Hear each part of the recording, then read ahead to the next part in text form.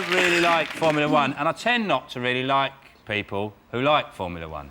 If I meet someone they like Formula 1, I don't know, we just don't seem to get on. You know? In fact, what I do now, if I meet someone, I just go, meow. And if their eyes light up, I'll go, I'll see you later, mate. We just don't connect. I don't connect with people who like Formula 1. I don't really get it. I'd get as much pleasure if you put two washing machines side by side, put them on the same cycle, see which one finished first.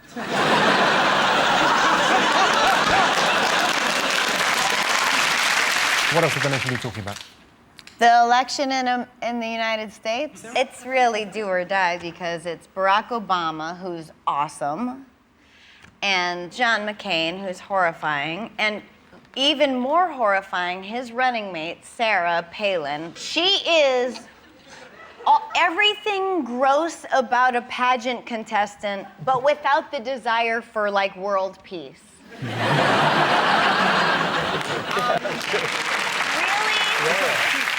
Let's be honest, she's a MILF, right? Let's be honest, right? She's not central again, I forget. Others I'd like to fondle. You're such a good boy. I'm just that sort of guy. I like the fact she's pro-life and pro-guns, which to me sounds like someone who's a butcher and they're also a vet. I'm sorry. We've lost this one. Get the other bag. This week, Colin Powell came out in support of Barack Obama, didn't he? Which is quite unusual because Barack's a Democrat and Colin's a Republican. So... Sarah Palin, isn't it? That's her name, yeah, the woman. Yeah. The more right-wing she gets, the more attractive I'm starting to find her. Is that wrong? Like a sexy Hitler. Isn't a sexy Hitler you, Jimmy? I do not really get the joke.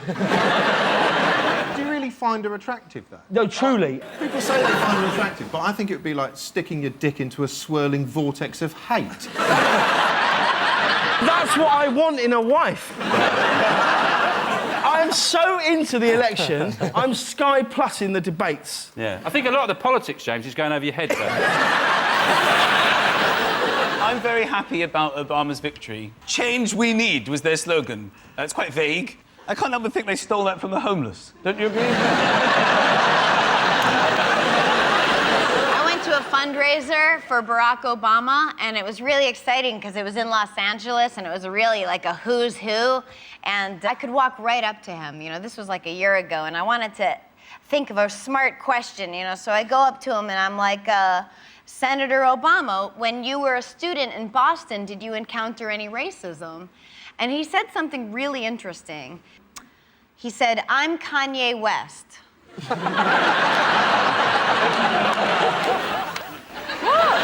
That was a fly. Look, it's landed on my finger. Catch that. Get it. Because the last time that happened on this show, you never caught it on camera. And it's the second time in my life that a fly has landed on my finger, and it's always been on this show, Vic, and it's always been the finger that I shoved up Jimmy's arse the show saying, please let us win.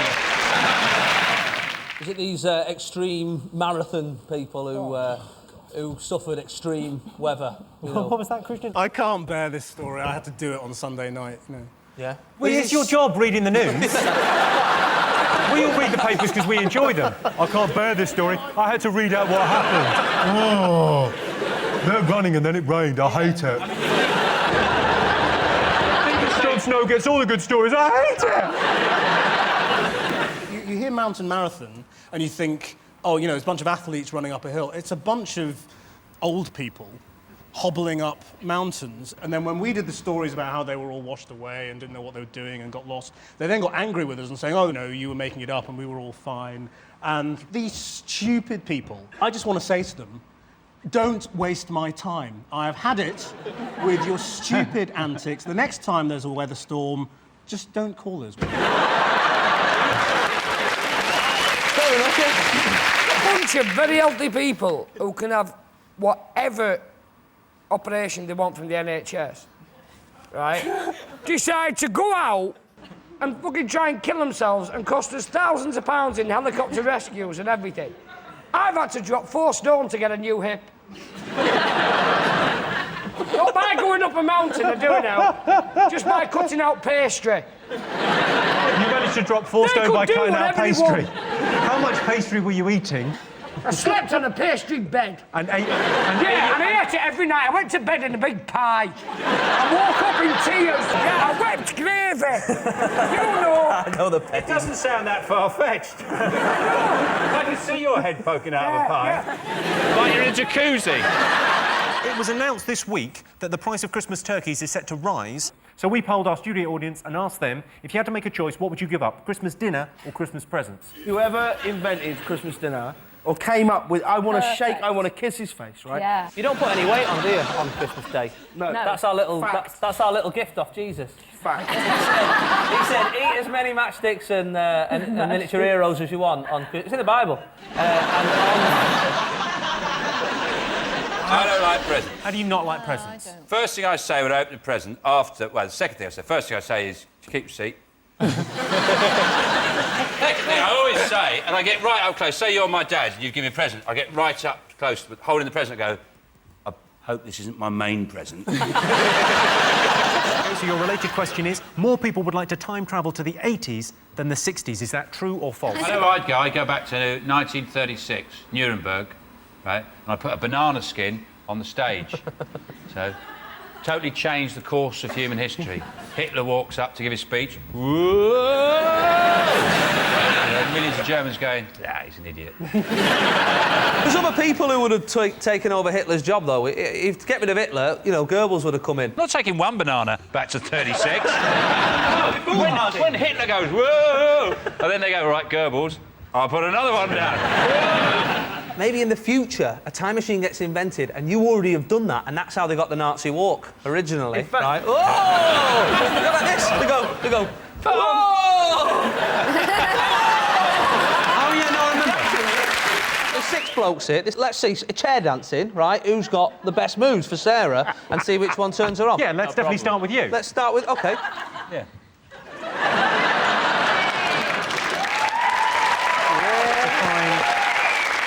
A pretty good start.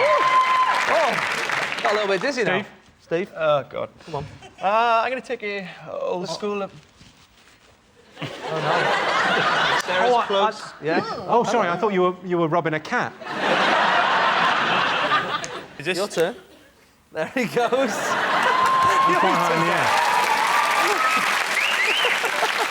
I've actually been dancing for the whole show, but I've been doing the river dance, so there's no upper body movement whatsoever.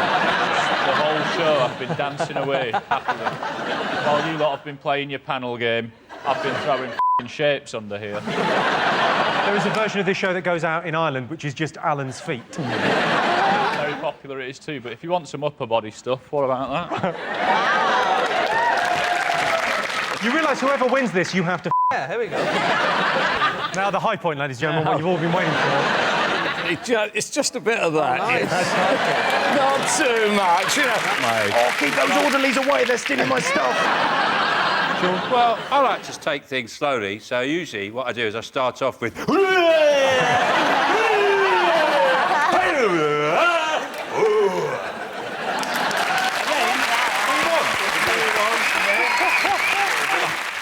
Johnson, what else have people been talking about this week? Lance Armstrong.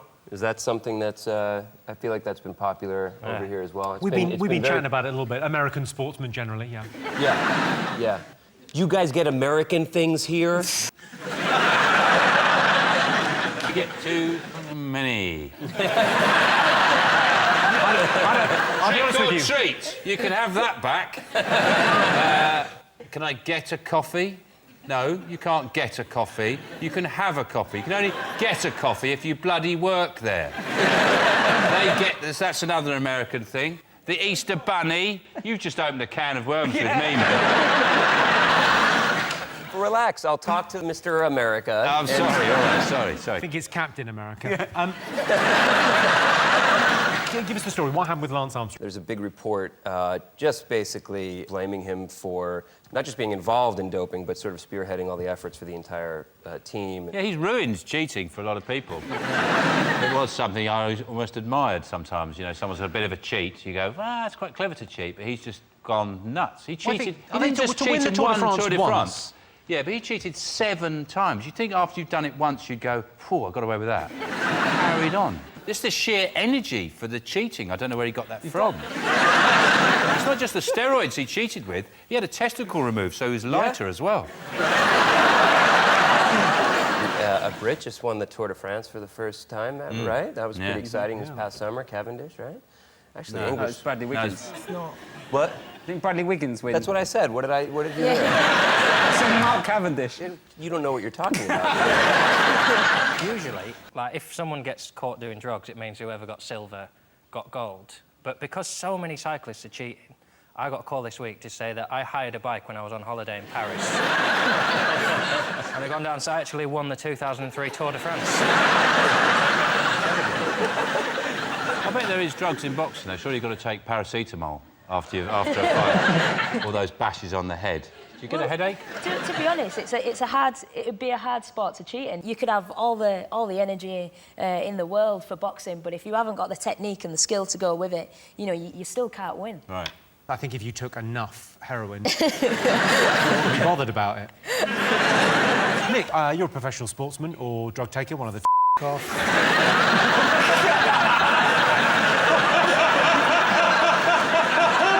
I think it's amazing. I respect him even more now that I know that he was doing drugs for 7 years. No, I did drugs once, and I couldn't leave my bedroom for a week. I barely had the energy to get up and piss in the Coke bottle in the corner of my room. And he's run it 7 times. I think that's amazing. Hats off to him. He was the guy that pretty much invented the charity wristband. What people don't know is it was just a tourniquet that had sort of slipped down. Well, let's have a look and see whether Lance Armstrong is one of the most talked about things in the last week.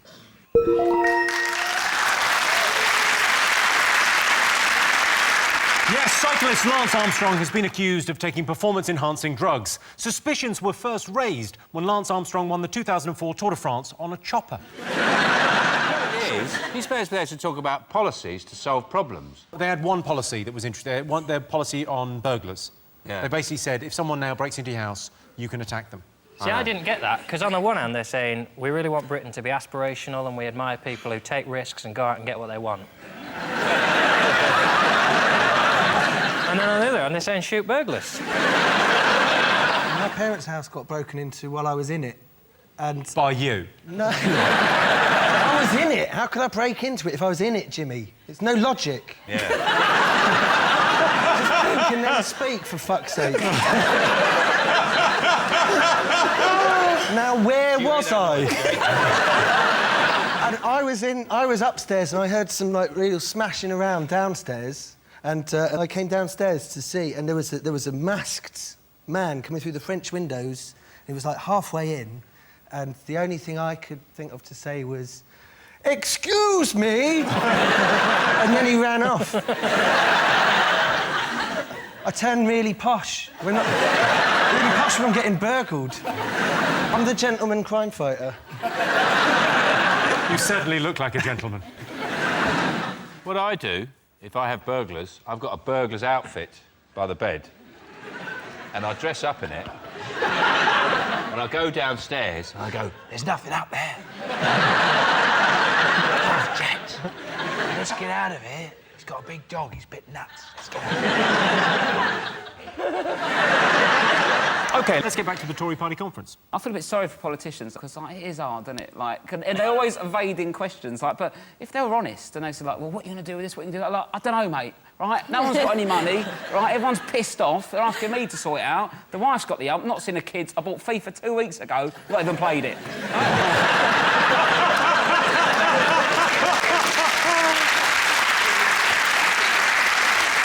That's why you can never have Homeland in this country, the programme in America about blowing up the government, because everyone would want him to blow them up. You know what I mean? Just one series. Oh, he's blown them up. New series. We'll leave it at that.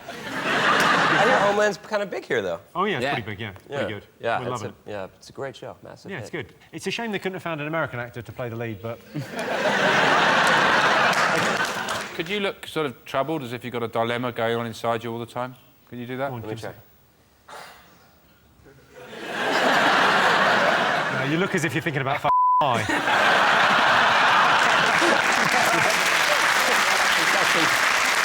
Most people think they could become an Olympic athlete if they trained every day for 4 years.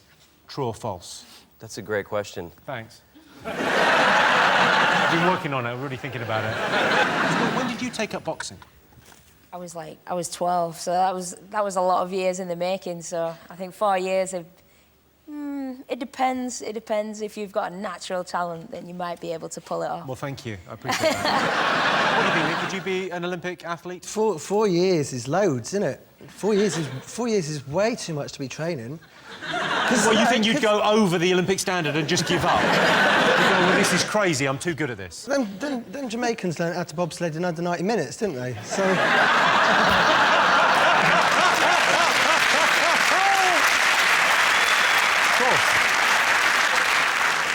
What do you think, Sean? What sport would you go for if you were going to try and get into, you know... Olympic sport, probably pole vault. That's the one I've got the most natural skill at. It's the one I just naturally find myself doing. Just if I'm in a park with some equipment, I just find myself doing that. That's the one. It's your go-to. I'll just sort of go, I'll be like chatting around, sort of loosening up a bit like that, and I'll just pick something up and just find myself running and go, whoa. They make us do that at school, pole vaulting. To get in. They... bloody gates, would they? So you had to do pole vault? It was one of the things that we had to attempt to do. That and long jump and hurdles. Why the giggle on hurdles? Because I'm obviously at all of those things. They've been talking about Doctor Who because it was the anniversary, 50 years, Yeah. an enormous hoo-ha. I guess so. I don't watch it, but... You don't watch it? No. Is that because you're crouched behind the settee in your house, scared? No, I just know it's not for me. Like, everyone said everyone loves Doctor Who. Well, it got, was it 9 million viewers? That I think 10.2 million viewers. Well, there's 50 million odd people who didn't watch it. It's 50 million. I'm more normal than the people who watched it. I watched a bit of it once. I thought, this is stupid, this show. Like, there's no rules. Anything can happen. The writers must just sit down and go, we can do whatever we want. They could cut and paste a couple of pages of Teletubbies script in the middle of the show and nobody would notice. Nobody would go, that's a bit odd. Some Teletubbies have wandered on and made some toast and custard. And it just carries on. It's a load of bollocks. And there's 55 million of us can't be wrong. None of them are in. None of them are in. John Hurt, he got the role of Doctor Who between when it was on TV originally and then when it was brought back. Which isn't a job, is it? No. That's like going, oh, I'm an actor. I played Bilbo Baggins between the first Hobbit movie and the second Hobbit movie. I sort of believe you were the Hobbit between the films. I'd buy that. My favourite quote about John Hurt was Ian McShane, apparently they're mates, and he said, oh, I'm surprised he got Doctor Who because he can't even use a mobile phone, thus completely disregarding the whole concept of acting. So I'm surprised to see Jeff Goldblum in Jurassic Park because, to my knowledge, he's never met a dinosaur.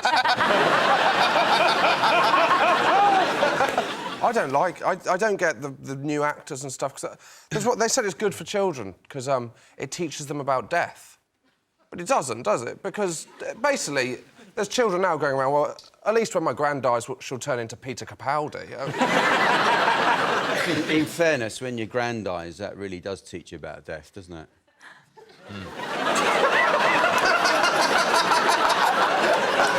Especially if you pushed her. Trevor, have you seen Doctor Who? You're from South Africa. I'm enjoying this. I've never seen any of... You've never seen Doctor Who? I know Doctor Who's big, and in South Africa there's a lot of white people that enjoy it, and... You know, the one thing I know about Doctor Who is recently they had the whole black Doctor Who discussion. They always have that. They had it with James Bond, and now they had it with Doctor Who. They said, oh, when are we going to have a black Doctor Who? It's never. Like, no, I don't think it makes sense. Like, why would you, if you're an alien, why would you choose to be black? If you're trying to be, like, in disguise and going to places, it's just not... It's just like James Bond, he can't be black, because you can't blend in Moscow when you're black. Like, you can't... Because then it takes away this... He has to introduce himself. My name's Bond, James... But if you're black, then you walk in and people... Ah, it's Mr. Bond, Mr. Bond. Mr. Bond, everybody knows you. Don't force it. Just make another doctor or something. Let's have a look and see if Doctor Who is up there. And let's talk about things. Yes, the 50th anniversary episode of Doctor Who was watched by 10 million people. True Doctor Who fans are called Whovians, and once they've left the room, dweebs, nerds and virgins. OK, John's team, what do you think the nation should be talking about this week? Is it the football fixing scandal? Ooh. Apparently, there's been kind of all kinds of fixing in lower league games. I don't think it's an issue. These people aren't earning that much money in the lower leagues. When I used to work at Waterstones, if someone had offered me 50 grand to put a book under the wrong letter, I'd have done it. These people need the money. Yeah, but the difference is nobody was cheering for you to put the book under the right letter. No, that would be hard. If I was your fan, if I was there watching, going, come on, Josh, you can do it, W, W. And then you were like, C, and then,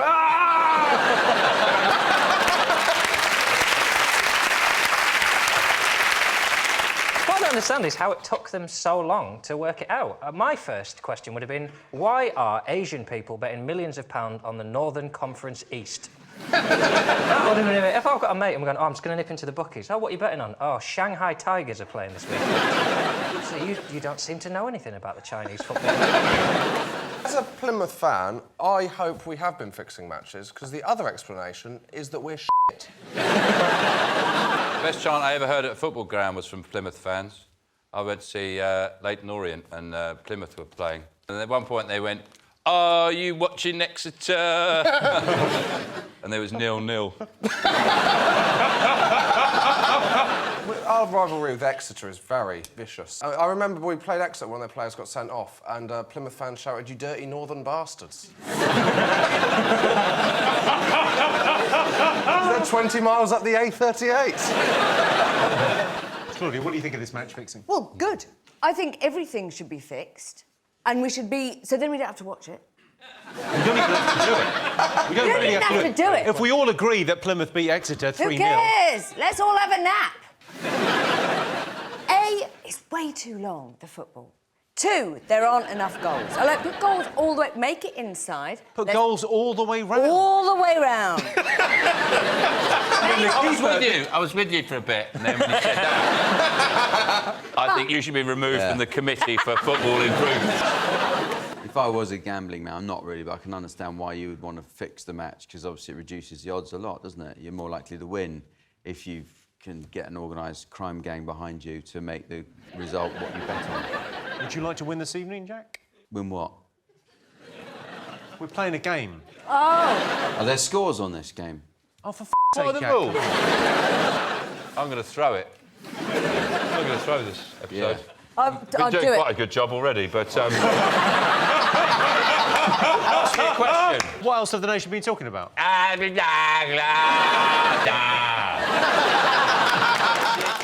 Not bras, that's right. Yeah, Queen's bra maker. What happened? Yeah.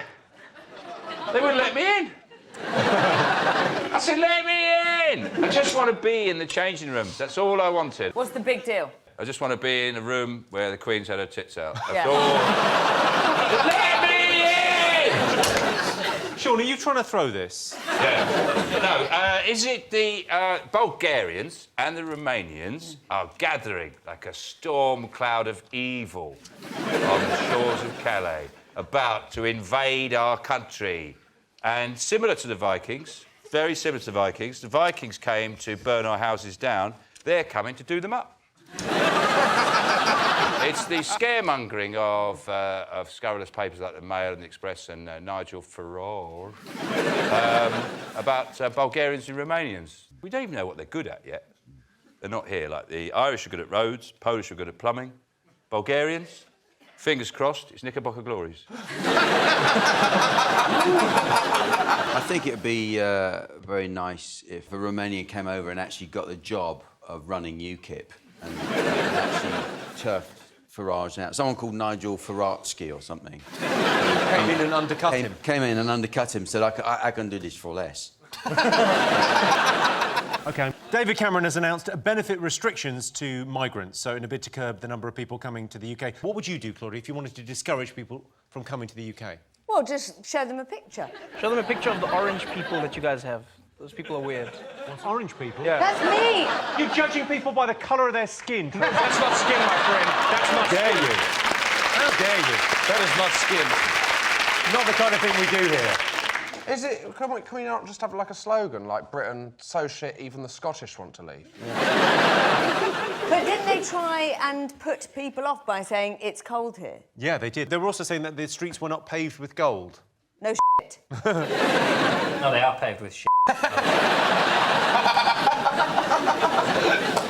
They've got to come. Who's going to breastfeed my kids?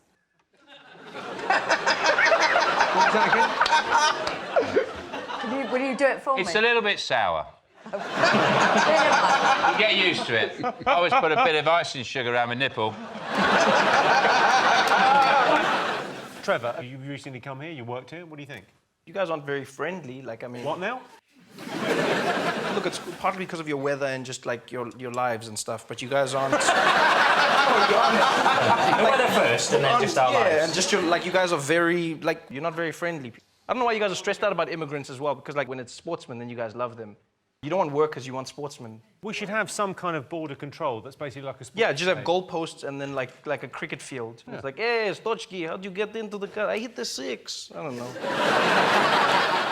Pick of the polls. Rob, Paisley, Josh, what do you like the look of? The suitcases? You've chosen the suitcases. Here's your related question. Most people find going on holiday stressful. True or false? True. The one thing that proper grinds my gears about going on holiday is you get to the hotel and your room's not ready. Like, that shit pisses me off. Like, I get that other people stay here too, but you know I'm coming. Yeah. So please let the room be ready. Like, I don't want to sit there in my sweaty plain clothes in the baking heat, like, sipping a mimosa. I'm like, I don't want this. Yeah. I want to strip down. Well, you seem very stressed. Do you know what you need? If they kept me waiting like that, I would put my sweaty plain pums straight in their pool and be like, your problem now. The thing is, I get quite stressed at the airport. What annoys me the most is when you try and buy something and they go, oh, you got a boarding card? But why do I need my boarding pass for this? Do you think... Of course I'm flying somewhere. Do you think I've gone through security for an hour to buy a packet of minstrels for £8? That's what really scared me about Heathrow. I was going to Ireland. I used to go all the time when my Nana was still alive. She, like, really stretched that out. Like, 10 years she pretended to die. And you'd go closer and closer and closer to the Ryanair gate, and then there was an off license right by the door to go on the plane. And they had a big sign there that was like, no ID, no sale. And I was like, no ID? How'd you get in the fucking airport? How'd you get to the gate? What about you, Josh? You go away on holiday much? Well, the only holidays I've been on in the last 10 years have been on a badge. So... How many A's is it? Badge. Are you in Peaky Blinders? I am. I told you I'm dangerous. I am. What are you on? Are you... A badge. And there's a lot of stress, you know, there's driving the badge. Yeah, just say what you're on. Badge! Cooking in the badge, boxer size on a badge, aggressive Stop dish. saying badge! How come you went on a badge holiday? When I was at uni, some guy who went uni with, he had a badge in Reading. So we went there. To be honest, this is quite sad. For years, it was the only time I've been to London when I was stuck in the Megabus bus station waiting to go to Reading on my badge. That was my whole experience of London till about 3 years ago. It was great, though. They had a Greggs. Yeah. So, do you travel much? I used to interminably when I was in the theatre. Because I'm an erstwhile thespian, you see. Yes. So I went all over the UK, up and down, again and again, and around in awful digs. My dad said I was living off the smell of an oily rag. I thought that was a divine remark.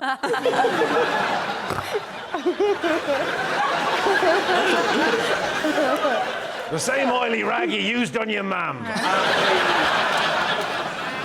Kiri, what do you find stressful about travel over here? Last girls' holiday I went on was a nightmare. Really horrible. Like, I lacerated my hand on a rock playing in the sea, and then we went to get it sorted out, and it needed 4 stitches, but it was like €200, and I didn't have that. I'd spent it on the holiday. So I just bought some iodine and poured it in the wound, and then sellotaped it up. And then We booked to go to a water park the next day and I couldn't get it wet because I had it sellotaped and I had to keep it straight. So all the photos of me are basically doing a full-on Nazi salute on all the rides, trying to keep my wound dry. Now, one way to make holidays less stressful is to ensure you get to the gate at the airport on time. I've got a time-saving invention here. Would you like to have a go? It's a suitcase, and it's like a ride-on suitcase. Rob, do you want to go? Yes. I've never wanted to do anything more in my life. OK, so you can probably figure it out. It's, yeah, open it that, comes out there? And then you can pull up the handle. Oh, hello. Pull up that. What? It's quite powerful. Yeah. Right. Here we go. So you're... Rob, the flight leaves in 2 minutes. It's over there. You're all the way over there. Not a problem. It's a busy airport, Rob. You're never going to make it, Not mate. a problem, mate. I've got a speedy boarding. Here we go. Is that on? Mate, honestly, the flight is going.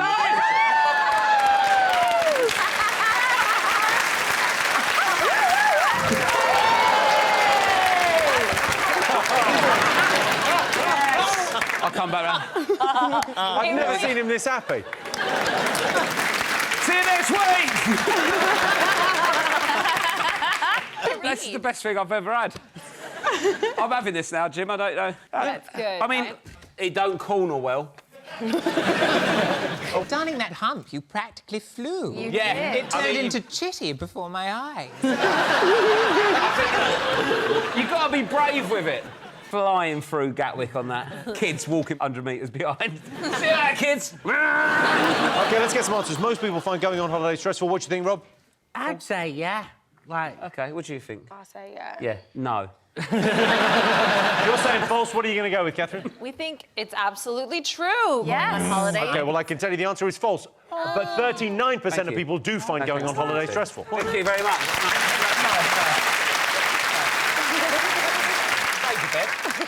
When I went on holiday, I was worried that my elderly nana wouldn't be there when I got back. I needn't have worried. I rushed back from the airport, and there she was, lying at the bottom of the stairs just where I left her.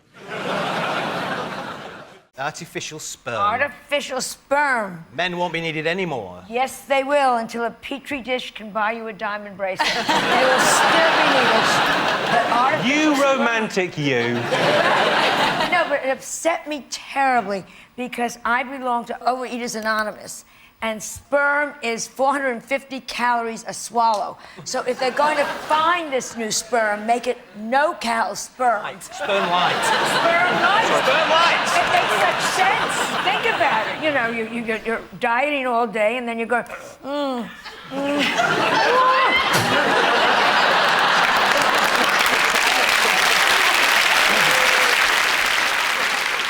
Think very carefully before they make men redundant, because there are consequences. Who's going to bring the bins out? very The true. summer's going to be ruined. Who's going to do the barbecue? I think it's the little things they miss, like, who's going to put all the ships in the bottles? Yeah. I reckon in 6 months they'll all be living in caves. They'll be tidy, though. Yeah. 50% of Brits think what is a good way to protect your home? Pebble dash it. Everyone thinks you're skint. Just have a few porcelain animals in there, a clock with Elvis on it or something like that. You just have shit in your house. I've got a clock with Elvis on it. What's wrong with that? Because it's usually a mirror as well, and I don't like it when you got the mirror. You obviously like Elvis. Well, you look a bit like him. Well, it makes sense because you're him and you're like a double. Joan, any thoughts on how to protect your home? just look weird. OK, Joan. They'll cross the street to avoid your house. Come on in, little boy. Would you like a cookie?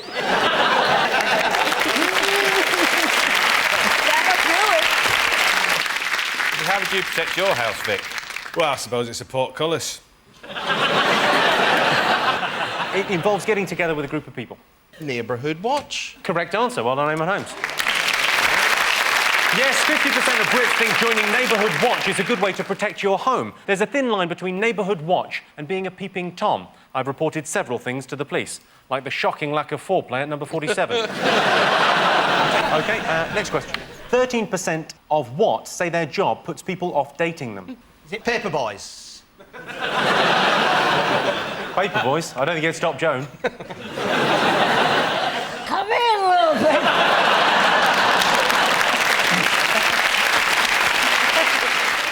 Vic, any thoughts? What job would not attract you to someone? I expect it's lepers. A hangman. A hangman would be horrible. Somebody has to do it. I'll give you a clue.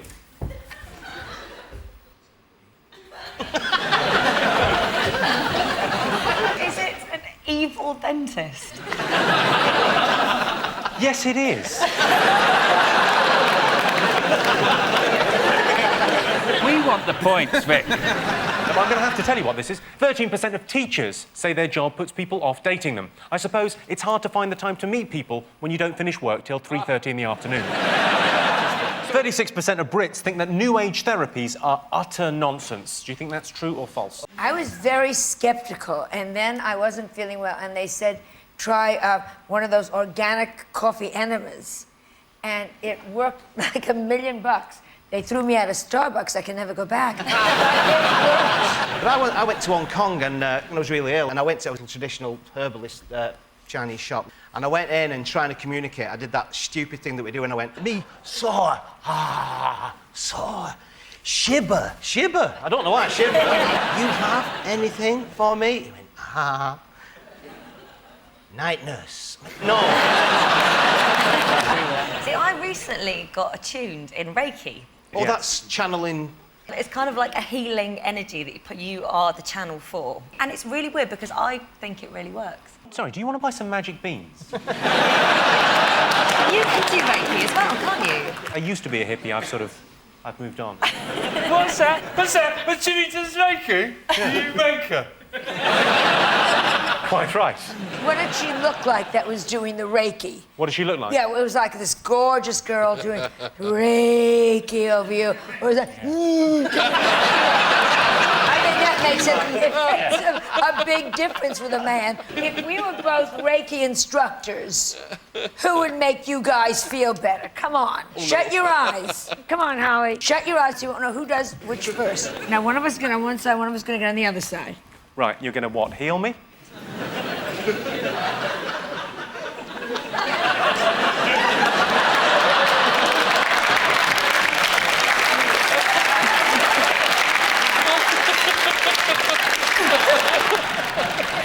Which side felt better? I think the left-hand side felt like it would be slightly more expensive. And the right-hand side felt like if you're on a budget in a hurry, why not? Which side was which? I was the budget in a hurry. Thanks. I wish it had gone further, but you were probably thinking of the calories, weren't you? 71% of people say that British manners are worse than they've ever been. True or false? Piss off. I tell you what really upsets me is minicab drivers. You phone up for a minicab to come to your house, and they hoot the horn outside your house. They don't come and knock. Yeah. They hoot your horn. Yeah. And suddenly I just feel like I'm his girlfriend or something. I imagine he's sitting there in his car like... And I'm thinking, don't hoot, come and get me. People who knock on the door once. Yeah. Do you think? Oh, like that? Oh, yeah. I can't. Who does that? Minicab drivers. Do they? If they're not just outside honking the horn, they come in and go... And you go, what is that? There's a pan falling off the sound. Joan, do you think we've got better manners than the Americans? Oh, I think so. Once in the last 21 years, a man opened a car door for me. Once. And we were on the motorway at the time. Had it with you, b****. 71% of people say that British manners are worse than they've ever been. Do you think that's true or false? Is it true? I can tell you that the answer is true. Yes, 71% of Brits think that manners have never been worse. The other day, I stood up for a pregnant woman on the bus. Well, I wasn't going to fight her sitting down. So at the end of that round, it's 6 points for Sean's team and 3 points for Dave's team. And the winner is the name of our final round. I'm going to give the teams a series of opinion polls. It's up to them to buzz in and tell me who or what they think came top. Here is your first one. Most depressing thing about getting old. Why me? I think it's that you start to lose your memory and Alzheimer's. Have I told you this already? I was at a family do a while ago, and I was in the bathroom, shut the bathroom door and went, What the fuck? What am I doing in here? I don't think I want the toilet. Do I want the toilet? No, I don't want the toilet. Maybe I'm washing my hands. Maybe I've something in my teeth. No idea. And what they say is go back to the place you set off from. So back in the lounge. There you go, straight away. Uncle's having a heart attack. I've gone for his tablets.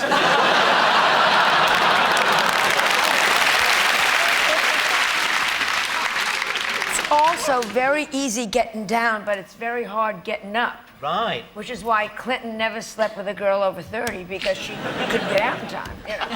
She'd be like, down there, here comes Hillary. I'm getting out.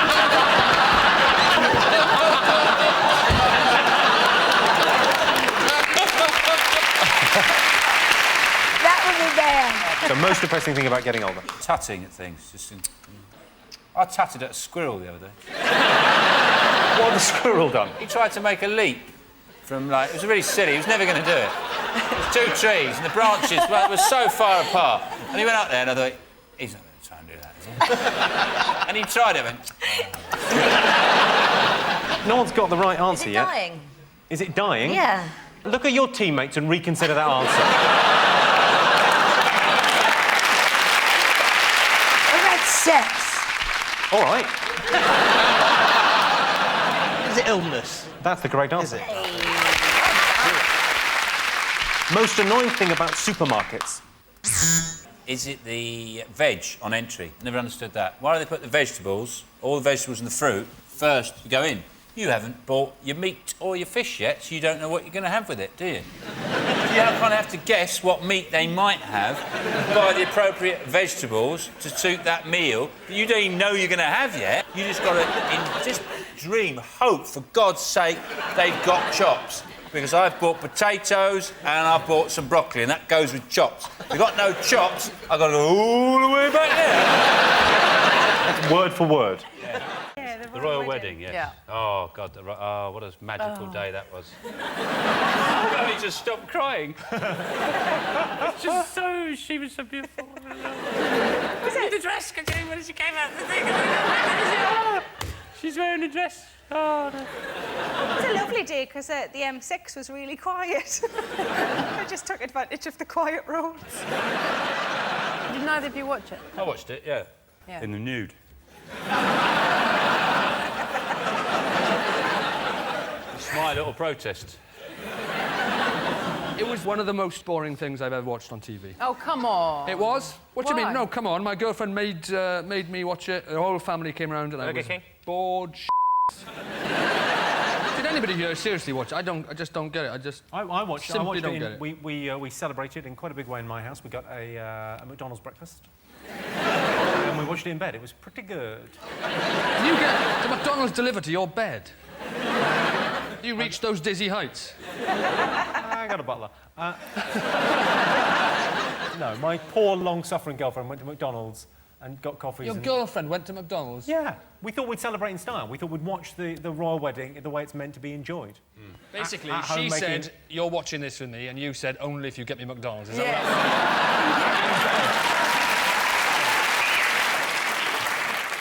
It was one of those things where not only did I hate that it was happening, but I hated that people were enjoying it. I hated seeing happy people buying crap and thinking... They waved a flag for 2 hours and then they binned it. 140 tons of crap that no one knows where it went. I reckon Nick Griffin just went around in a transit, just grabbing all...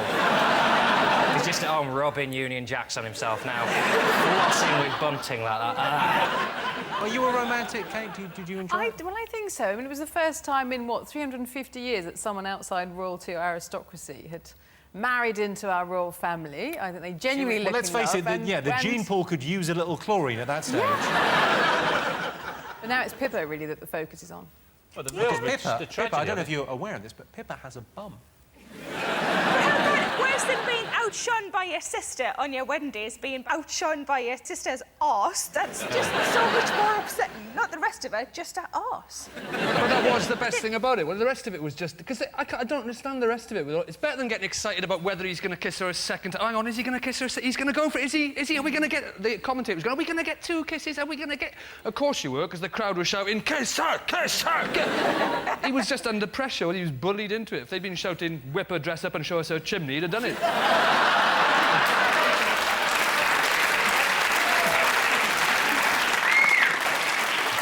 Now, Greg, you got married recently, right? Yeah, my lovely wife, Heidi. How did you meet your wife? On Twitter. Were you following her, or...? She was following me. Like a lazy stalker? Well, you chat to your followers, and then this girl was clever, obviously clever, and she was funny. And I looked at her picture and I thought, That's beautiful.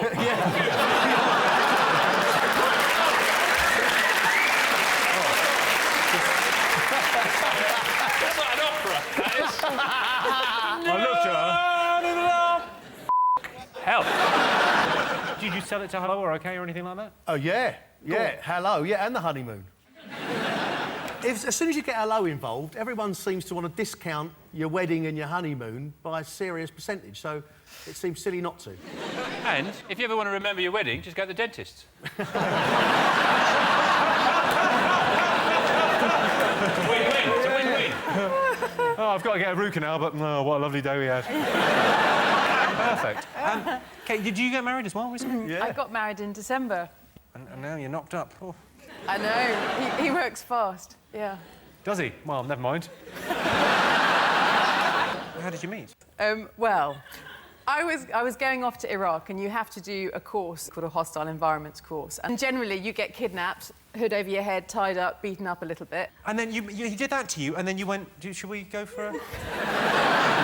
And then he took me off into the book. Yeah, no. And then you have to negotiate yourself out of the situation. I'm just digging myself into a really big hole. You had to negotiate yourself out of the situation? Yeah. What did you offer? Money I've wasted on Jamie's Italians. OK, let's see if the royal wedding is one of the most talked about things in the last 12 months. Yes, of course. The royal wedding was an amazing moment. If you're wondering how William wooed Kate Middleton, he did have the best chat-up line of all time. Nice face, love. Look better on a stamp. Sarah Ferguson has revealed that Prince Andrew carried a photo of her to the royal wedding, as did all the security men. Well, we've only got one choice, really, haven't we? I think we'll pick the person that is sat next to me. Go on, then. We asked the studio audience, would you complain if you were served a terrible meal, yes or no? What do you think this audience said? I never have. Hands up who said yes. No, do not do that. Do not help him. I did look. Of course he put his hand up. God love him, he's happy just to be indoors. I don't believe people say that they would complain. I don't think people do complain over here in Great Britain. I think we're far too polite, especially in restaurants. You're not. Well, I'm very polite. Sorry, have you not seen your show? I'd like to say, on that show, we only ever critique someone's food, not their personality. Be better telly, though, if you went, oh, that's amazing, but you're such a dick.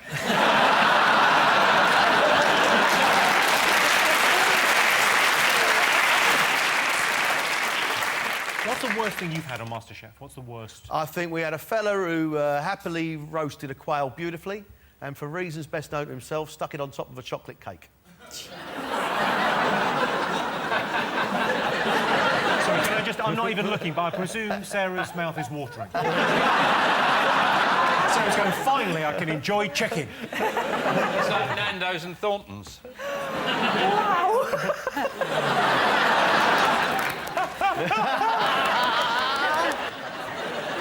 Sean, have you ever complained in a restaurant? I always complain.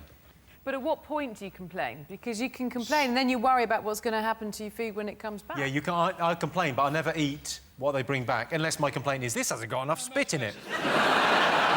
If something's not right, I don't see why. It's a real... That's why service is shit in this country, and that's why food is shit in this country. Ooh. It's getting better. But generally, if you go to a service station in France or in Italy or Spain, like just so the level of food that everyone can experience, is you can have great food. You go to a service station in this country, the food is virtually... It's like being in a lab. It's some horrible experiment with sausages and Jif or something. It's just... I agree with you that food at the basic level, when you really want it, when you're starving, is rubbish. Whose rule is it that we had to put sandwiches in a fridge?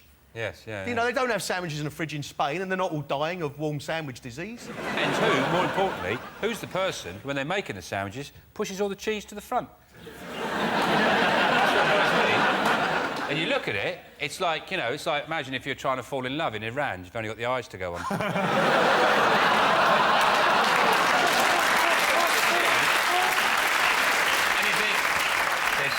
There's loads of cheese in there, and then you open the sandwich, and there's just like a little cheese hill going down to nothing. I once bought a baked potato in a big food hall in Australia, and You travel for lunch, don't you? I was in Australia and I bought I can't remember where, and I bought a baked potato in one of those polystyrene things. I opened it up, and as I was there was a piece of shelving bracket. L-shaped shelving bracket. I swear to God, in the baked potato, and I took it back to the bloke, and he goes, "Ah, you know, that's nothing to do with me, mate." And I pointed behind him, and there was literally a shelf like that.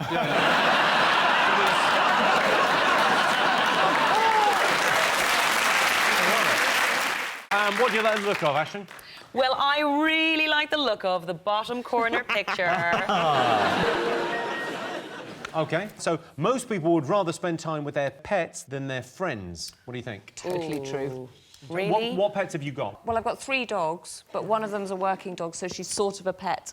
When you say a working dog, do you mean like solves crimes? Yeah, no, she does the housework. She's brilliant. No, she's a sheepdog. She's a sheepdog. Stumble out of bed and hop into the field, pour myself a cup full of milk and run straight, try to get those sheep. I prefer to spend time with my friends' pets than with my friends. Because my friend Karen has a dog that's a King Charles Spaniel, and it gets so excited when it sees me that it vomits on its own face. It's a beautiful image that it goes... Have you got any pets? No, I want to get a pet pig. Cool Because idea. you have to You get... can't just have one, though. You can't have just one? They get lonely. No, they're really Moorish. Get really, really lonely.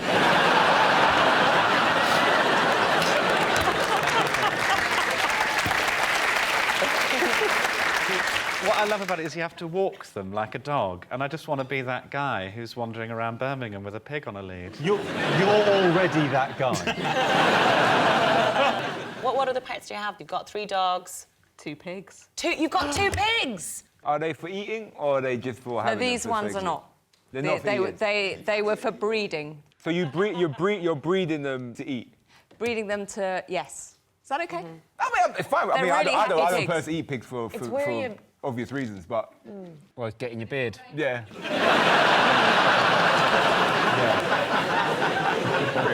Well, it depends what you're doing with your pet, doesn't it? Because like, It's none of your business, Rob. Well, I mean, it depends what you're doing with your cat. I do love my cat, but my cat would be shit on a stag do. Do you know what I mean? So it depends what you want to do, doesn't it? Mine would be dynamite. Have you ever put a cucumber behind your cat? Well, I will just show you something that is remarkable.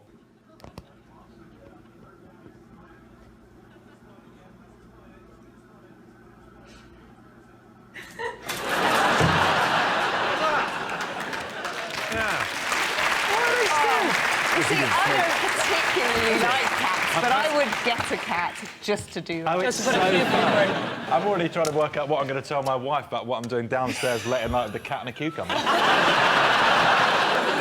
Well, OK, let's get some answers on this. So most people would rather spend time with their pets than their friends. What are you going to go with? I think true. I think true. I think a lot of people love their pets. Well, I'm one of them.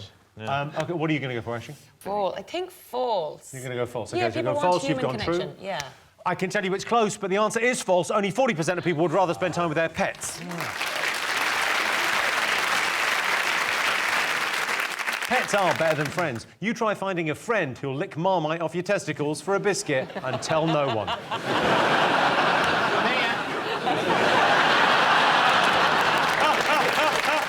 I'm on the internet all the time. I tell you what I do. I shop on the internet. I buy absolutely everything on the internet. You're not worried about fraud and all that sort of stuff? No. You're not worried about people nicking your identity and that? No.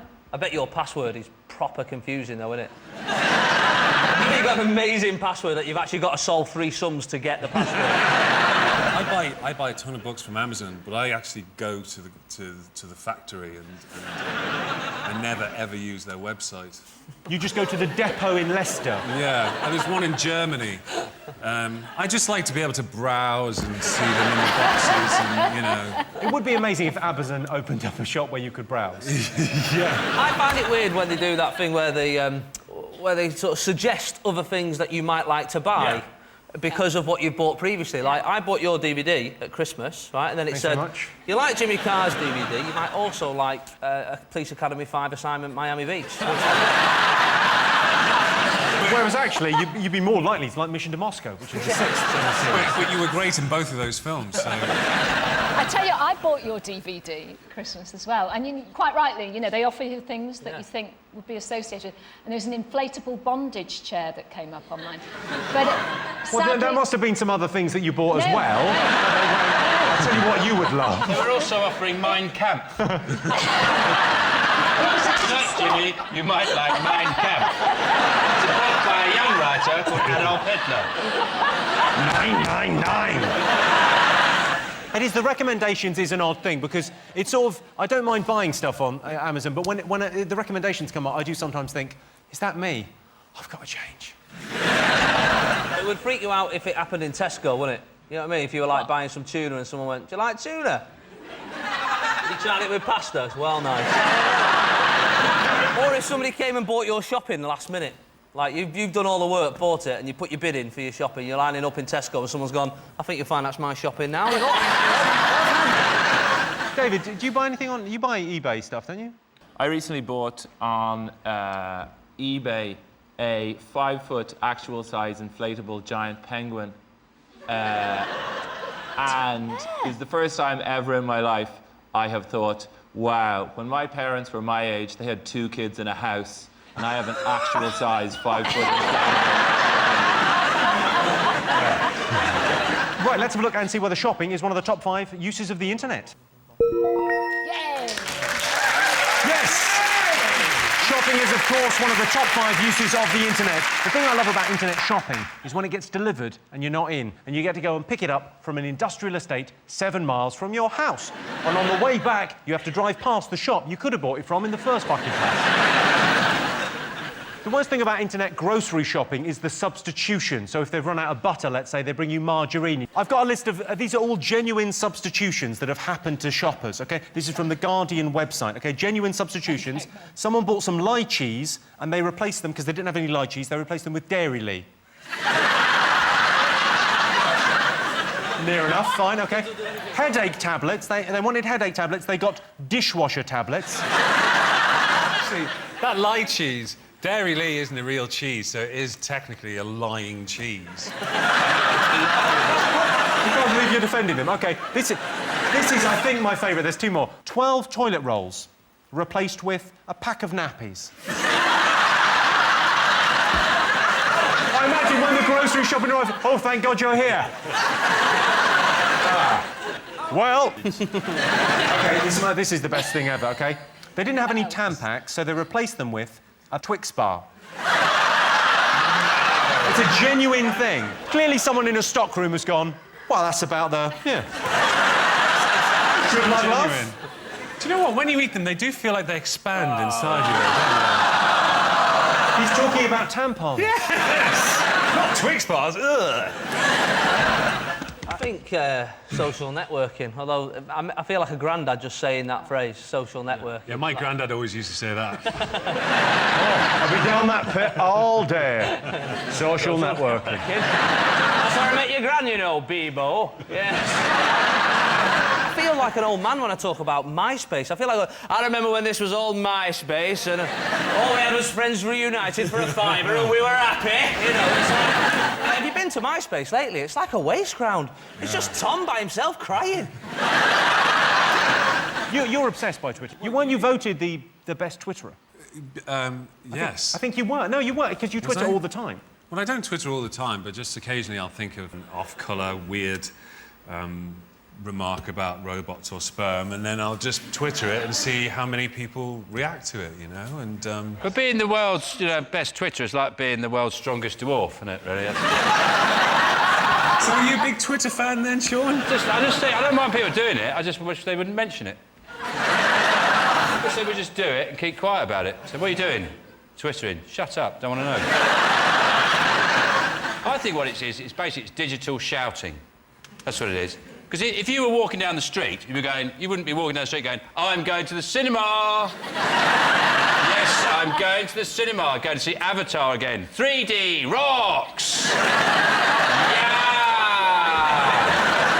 I think you're an idiot. My issue with that, Sean, is the fact that you would clearly be brilliant on Twitter. Because that is exactly the kind of There's thing someone people... pretending to be me on Twitter. There is, yeah. Someone pretending to be you on Twitter? Yeah. How grumpy are they? Someone sent me something and they said, hey, do you want them to stop it? I went, no, if they want to pretend they're me.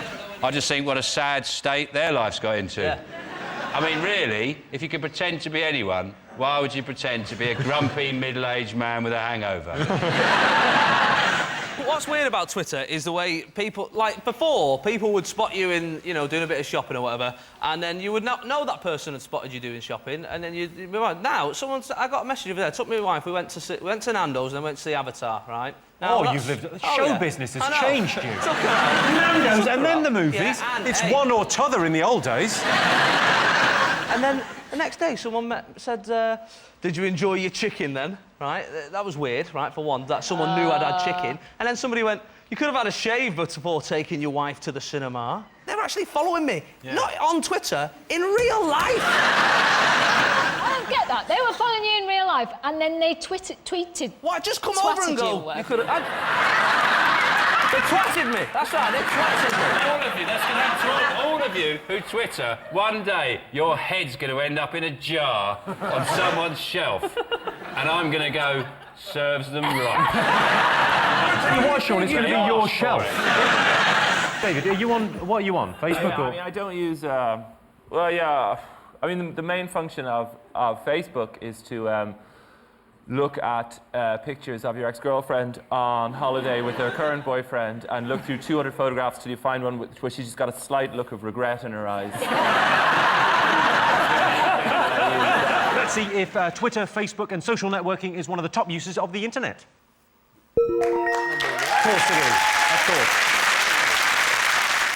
Most men are too embarrassed to undergo beauty treatments. True or false? Well, you've undergone a few. Or is that a natural tan? This is natural. Oh. That's a natural tan, is it? I've had sunbeds, but I've quit sunbeds now. I don't have no sunbeds no more, so... You've quit sunbeds? Quit. Oh, my God, so you've made some sacrifices, haven't you? No. When did you quit sunbeds? Like last week. So, what's your daily regime, beauty-wise? What do you do, beauty-wise? Obviously, you know, I wake up, look at myself, and I think, dream. But then I get... Then what? Then I get in the shower, do my hair afterwards. Bang, bang. What are you saying? Bang, bang. And who's over there? That's meant to be the mirror. Oh, I thought that was your carer.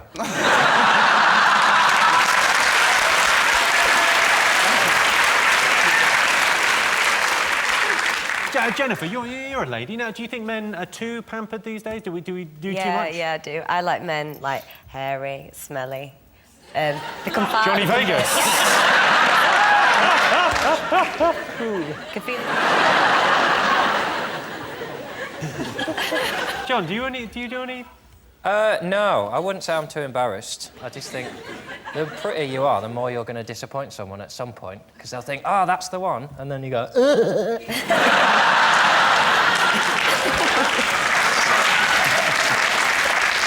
So you don't do anything, you don't do any I had beauty my treatments? first extraneous nostril hair this week. It's terrible, isn't it? Yeah, it was the first one I was driving, and I just checked my rearview mirror, and it was there. Hello! That was the first vanity issue I've had of like, well, that needs sorting, and there's no reason I shouldn't have just let them all come out. How'd you get it out? No. I just pulled and I pulled until I cried. When you go to Boots and buy your first nasal trimmer, the way the girl looks at you know, she slides it across with the beep. I don't know, Johnny. Well, and you can't look away, because if you look away, you give them a better angle. Sure. Beauty treatments. I have had waxing, but I won't take my trousers off. They have to do it keyhole.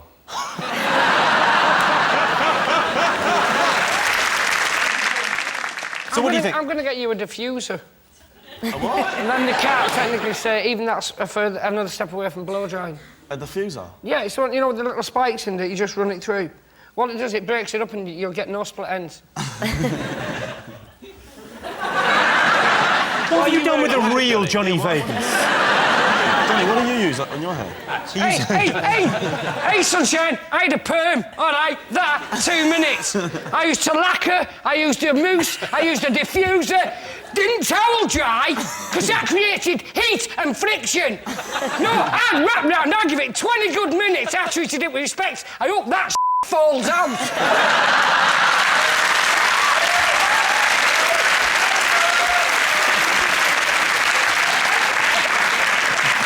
I didn't mean offence to that, man.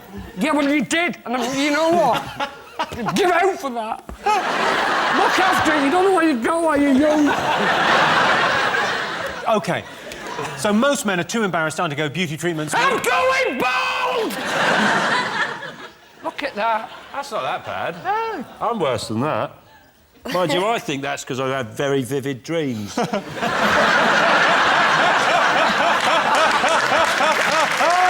drive my head into the pillow.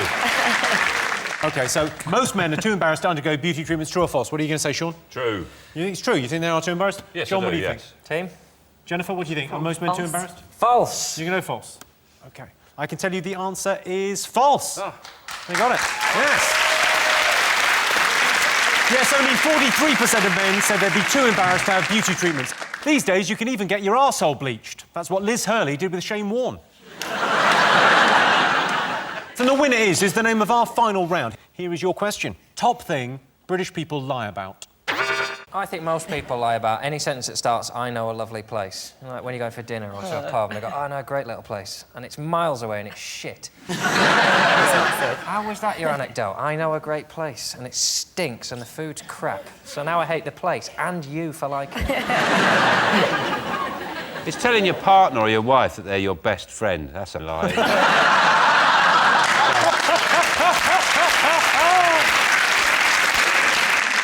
That's a lie. That's such a lie, isn't it? Because if you don't go out for 14 pints with your wife, do you? You don't say to your wife, let's go and have 14 pints. Because you do with a best friend, don't you? Go, let's go and have 14 pints. Why 14? Funny number. I lie about drinking quite a lot. Like, I'll say I only had 3 glasses of wine, and then I'll go, oh, no, I did have another 3 glasses of wine. And then I did kick a toddler in the face. It's a worry. I lie about Christine Brinkley. I say I saw Christine Brinkley. She was modelling flippers on the Albert Bridge. I see her at all. I say, you know Christine Brinkley? Yeah? She used to be my taekwondo teacher. She? Yeah. You know, I go, no, Christine Bleakley, I bought her she'd be on telly, and I go, see that woman there, Christine Bleakley? Years ago, I bought a reconditioned Flymo off her.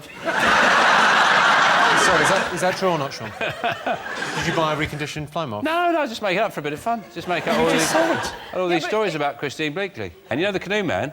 He hid in her loft for a year. Do you know Christine Bleakley, yeah? I do actually know Christine Bleakley. Well, she's a nice woman. Yeah, I'm not saying she's not. I make up lies about her. John, what do you lie about? Everything, constantly. I lie about people's names. Like, if the first thing you had to do when you saw someone was say their name, people who've known me for years would find out that, actually, I don't really care who they are. I don't think anyone really knows anyone's name. Do you know what? I call everyone, yeah, if I don't know someone's name, for some reason I call them Ashley. That's good. That's good, because a lot of us have been just calling them mate or pal or... all right, fella. For some reason... But Ashley's much better, because if it is Ashley, quid's in. Is it age? Do people lie about age? Oh, that age is number 2. Number 2 on the list. Is it their weight? It's not worth lying about. Genuinely, people know I'm not 9 stone. I've tried regularly. It's to do with partners. Sexual partners. That was the right answer. Did that at the beginning. Yes, the top thing British people lie about is the number of sexual conquests they've had. I've rounded mine up to 2.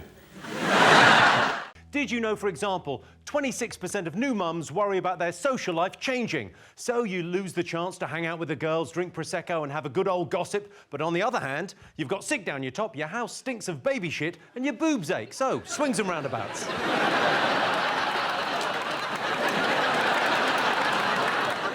10,000 birds die each year crashing in windows. Hey, birds, get with it. Maybe it's time you got a Mac. That is a silly joke. And 17% of women want a partner who likes their cooking better than their mums. I'll admit my girlfriend's cooking is much better than my mum's, but when it comes to blowjobs... Right, let's get started.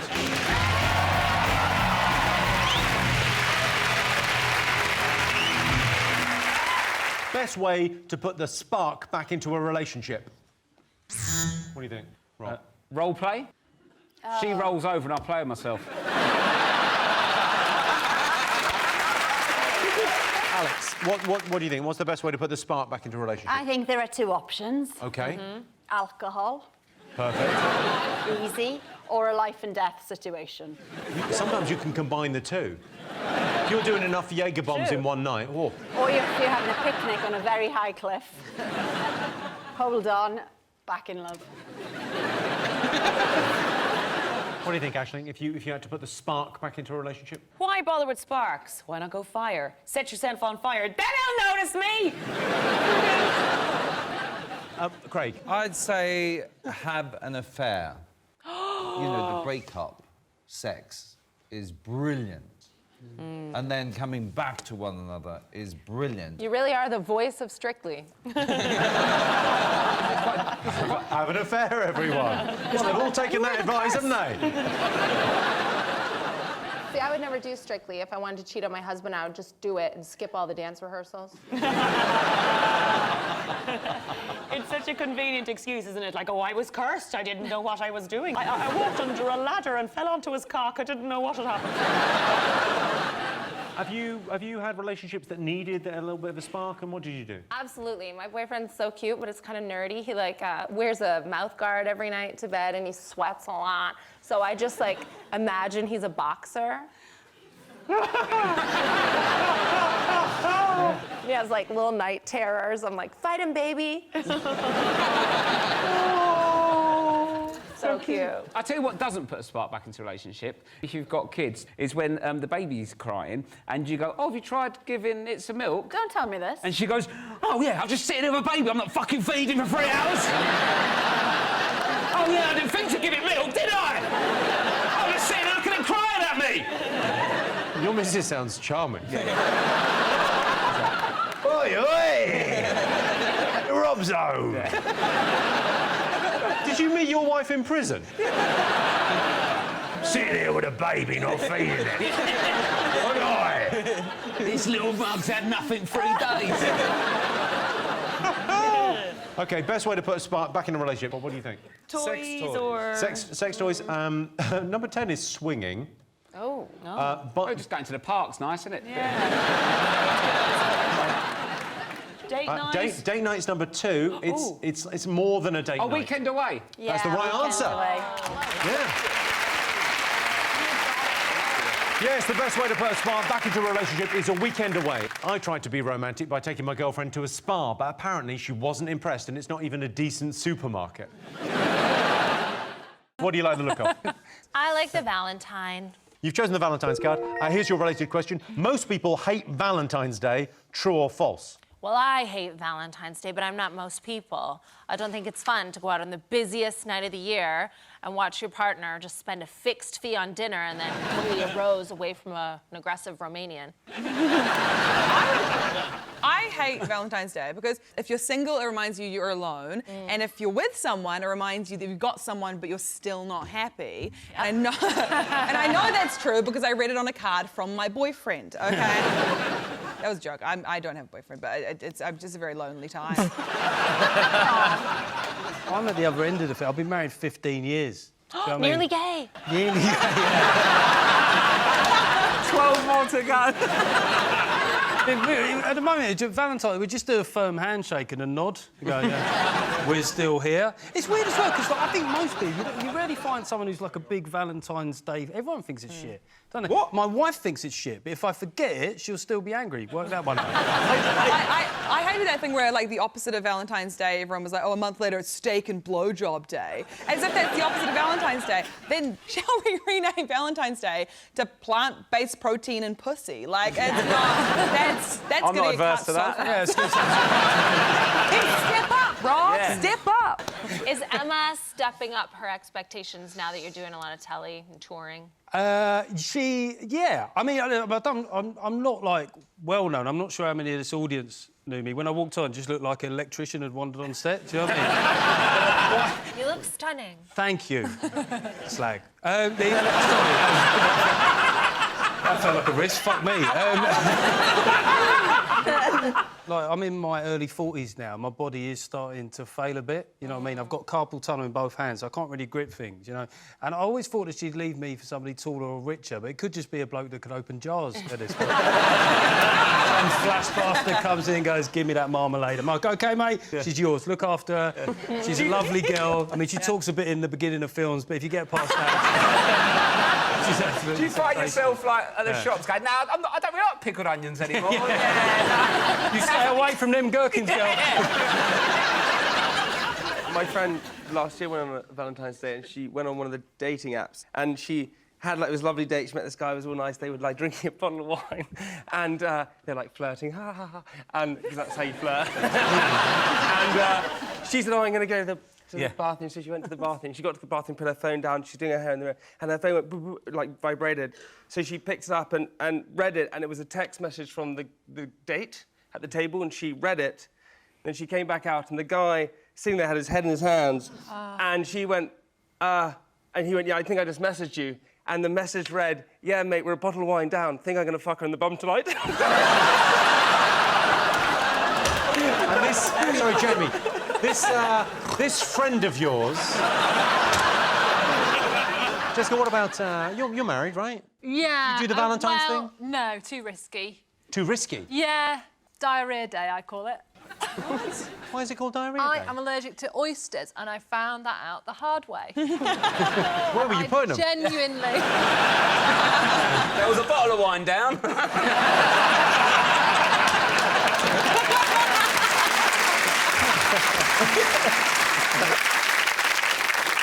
I think, actually, that people should know this about oysters.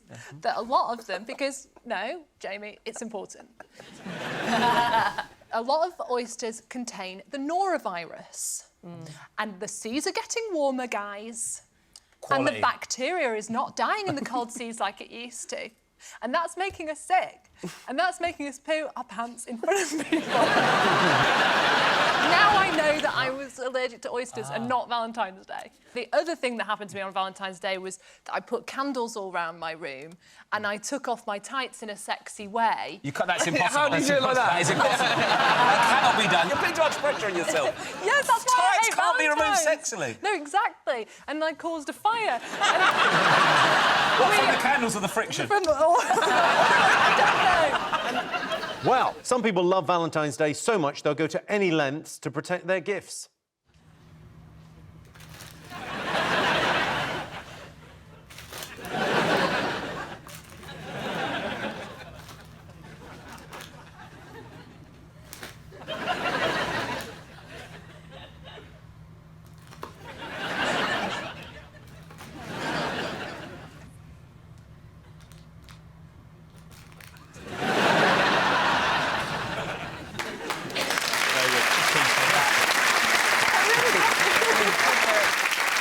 OK, most people hate Valentine's Day. True or false? What are you going to go for? Oh, true. True. It's got to be. I think most people hate it. We all hate it. Do we all hate it? I think false. I think people do like it. It's a bit of fun, especially with single people. Yeah. Well, I can tell you the answer is false. Only 33% of people hate Valentine's Day. I like to shower my girlfriend with gifts on Valentine's Day, and by gifts I mean sperm, and by girlfriend I mean tummy. Words can't express how beautiful I think my girlfriend is, but numbers can. 3 out of 10.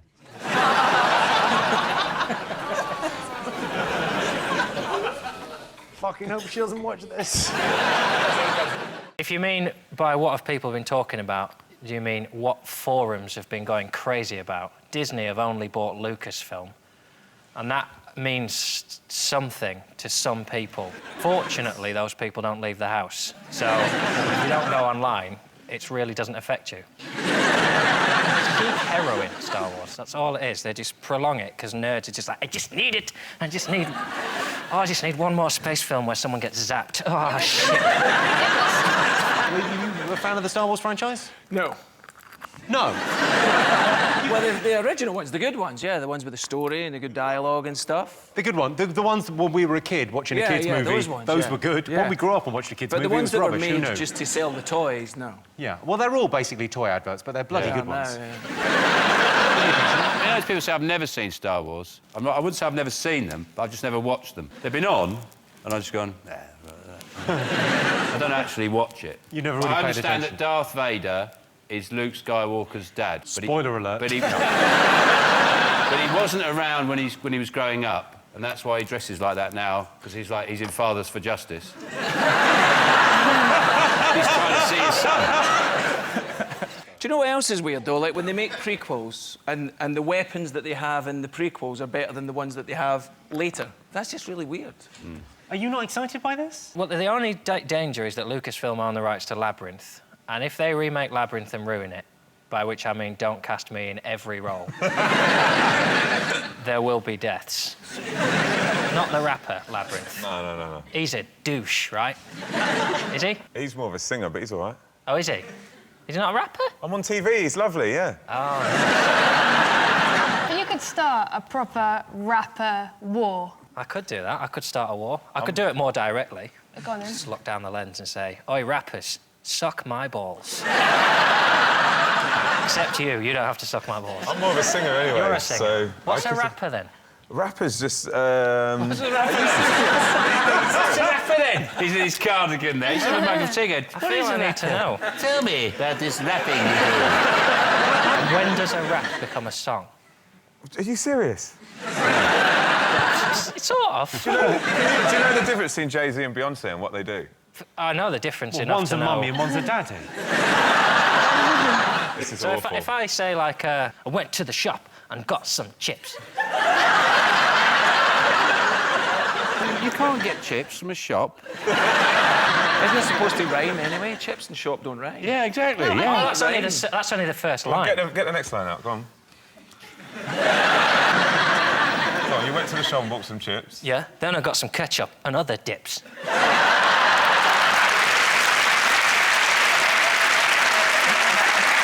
Should we look and see whether Star Wars is one of the most talked about things this week?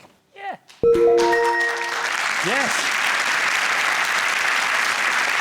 Yes, Disney has bought Lucasfilm and the Star Wars franchise for £2.5 billion. If you haven't seen any of the more recent Star Wars films, I don't want to ruin them for you, that's George Lucas's job. Most people would describe themselves as a risk-taker. True or false? Well, come to the right guy here. Loosen your cardie. Tell us what you think. Are you a risk-taker? I mean, this cardie was a risk. Green with grey. I did it. I don't know. Do you take... Risks are bad, aren't they? I got on Ryanair this summer. I'm not doing that again. I don't understand why you have things like flight mode on mobile phones on planes. Just turn it off. It's 2 hours of your life. Just don't take the risk. What risk? There's no risk. I leave it on. When they say to switch it to flight mode and the person next to me puts it to flight mode, I think, you prick. What is the point of the risk? You could kill everyone on this plane just because you accidentally flicked it off flight mode and the whole plane exploded. Well, John, when I get on a plane, I don't even turn my chainsaw off.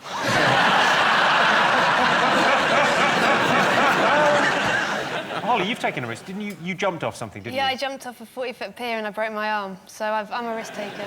Why did you jump off the pier? Because I was asked to do it. So who asked you to do it? Why did you... Well, it was part of this Worthing Birdman where you have to go and try and build yourself some sort of homemade aircraft with which to fly off a... I mean, that's two words that should never go together. Like homemade and condom, that should never go together. Cling film. Cling film. I'd say a Snickers wrapper, but anyway. Snickers wrapper, you're optimistic. Might have a nut allergy, it's not worth the risk. Biggest sign you're lonely? I always say, Jimmy, you're never alone with a good... I'm sorry we're asking this question, but yeah, biggest sign you're lonely. I'm fine. There's a big difference between being alone and being lonely, all right? So, sometimes I'm on my own, and I'm all right. I'm all right! If everyone would stop asking me and just come round and ask me.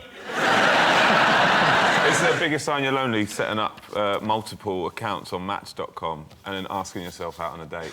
I know someone who did that. John? The biggest sign you're lonely is probably if you use like the voice recorder on your phone and then you like modulate it to sound more like a woman and then you're like, oh, you're really sexy, Bobby. That's probably a sign, maybe not the biggest one, but it's like one of 3 that you need to talk to people. Yeah, you definitely need to talk to people, and they need to be trained professionals. Okay, biggest sign you're lonely. What do you think, Sean?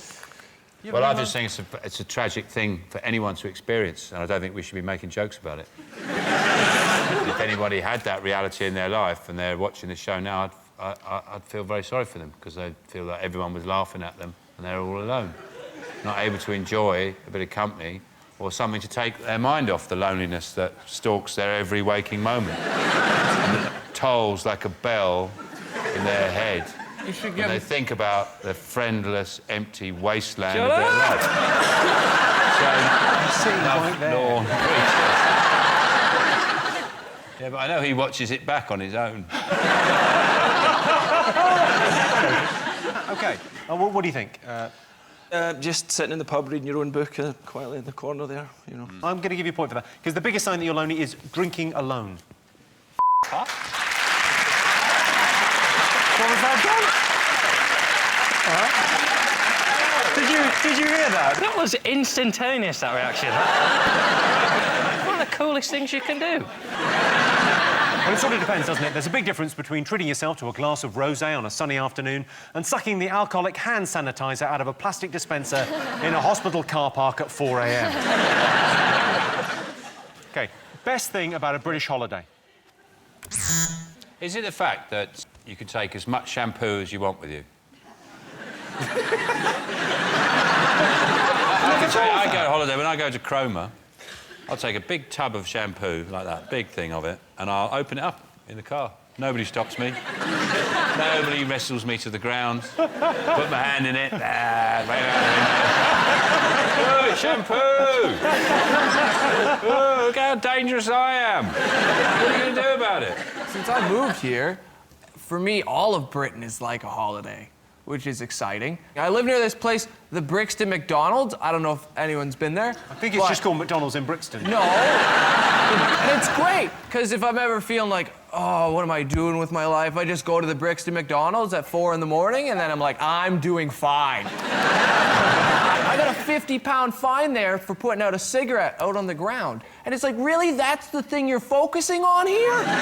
Like, there's the team from The Wire dealing drugs all around me, and the guy's like, why didn't you just put it in the bin? There's a man in the bin! That's a holiday for me, because I don't have to be alone in my apartment. Or flat, as you would call it. Yeah, flat. That's the one thing we didn't understand in that. Quite interesting extents they've gone to, this massive borrowing to get us out of this recession. And I think rather than borrowing money, what the government should do, we should sell stuff. You know, we sell, like the Isle of Wight. Sell that. We don't give a if we've got the Isle of Wight. Yeah, sell it. Sell it. Sell it. Sell it. Presumably there'll be people watching this in the Isle of Wight going, No, but why don't they just, you know, when we've got comic relief, instead of giving it away, just keep it.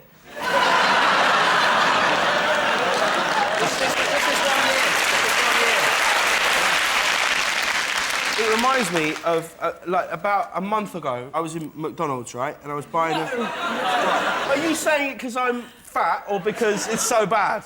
Because it's so bad. Right, OK.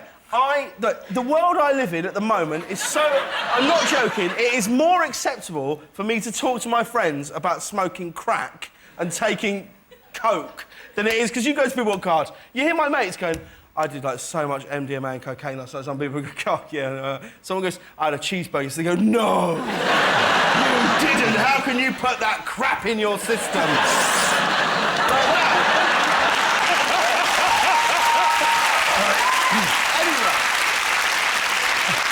So I was just buying a fillet of fish, right? And the guy said to me, do you want fries with that? And I said, no, just the burger, thanks. And he went, the thing is, if you buy the fries, it is a bit more money, but you get the fries.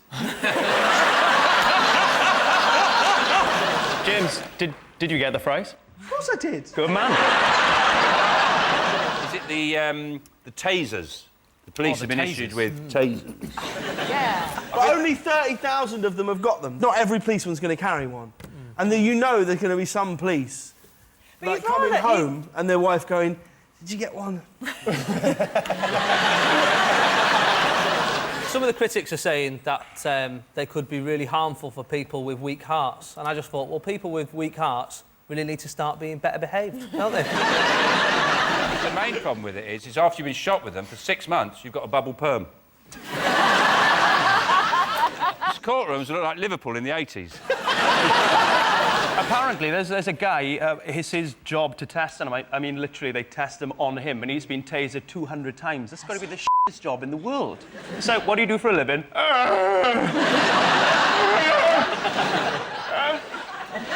Was that Welsh?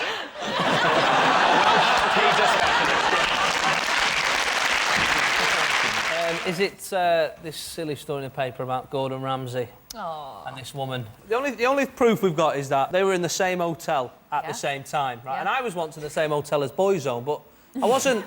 I mean, I tried it over the gay one, but I didn't. You know, I didn't get anywhere. That's what I'm saying. But you know, the papers keep saying a source close to the, to Gordon, or a source. You know, they can do this thing. There was one of them that said they went in the room and a source said they had sex. Now. That can only be one or two people, can't it? Unless they're interviewing the curtains. The problem is, it's Gordon Ramsay. It's Gordon Ramsay, and he's near sources all the time.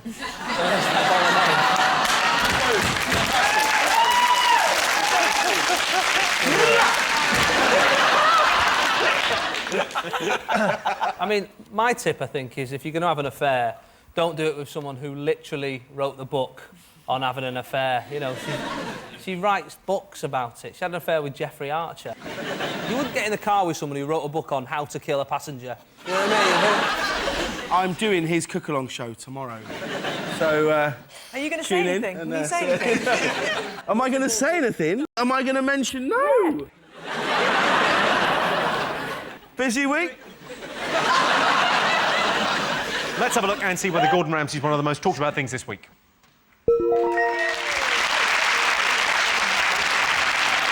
Yes, this is the story. Gordon Ramsay has been accused of having an affair. Ramsay was caught red-handed. He was making a beetroot salad. 63% of women avoid exercise because they think it makes them look stupid. Yeah. True or false? Jimmy, can I just point out that when they cut your shot up, the only words in that are "look stupid" above your head. You like doing it, Sophie? Yeah, she loves it. Yeah. You love it. She can do the splits. Can you do the splits? I can do the splits. Yeah. Will you do the splits? I will do the splits for you if you want. Yeah, definitely. I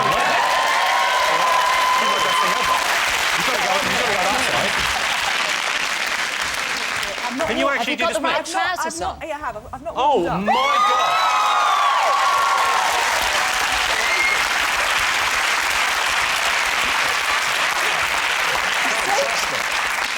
I can do this, look.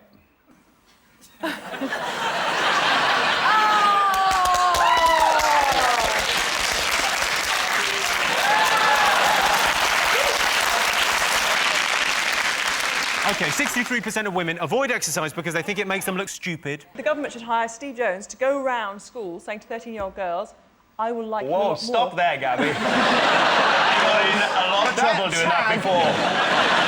I'm not going back to that place. It was announced this week that the price of Christmas turkeys is set to rise. So we polled our studio audience and asked them, if you had to make a choice, what would you give up? Christmas dinner or Christmas presents? Whoever invented Christmas dinner or came up with, I want to shake, I want to kiss his face, right? Yeah. You don't put any weight on, do you, on Christmas Day? No. That's our little. That's our little gift off Jesus. Fact. He said, eat as many matchsticks and miniature heroes as you want. It's in the Bible.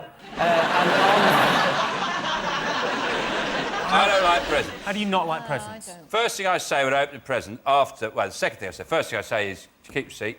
Second thing I always say, and I get right up close, say you're my dad and you give me a present, I get right up close, but holding the present, I go, I hope this isn't my main present.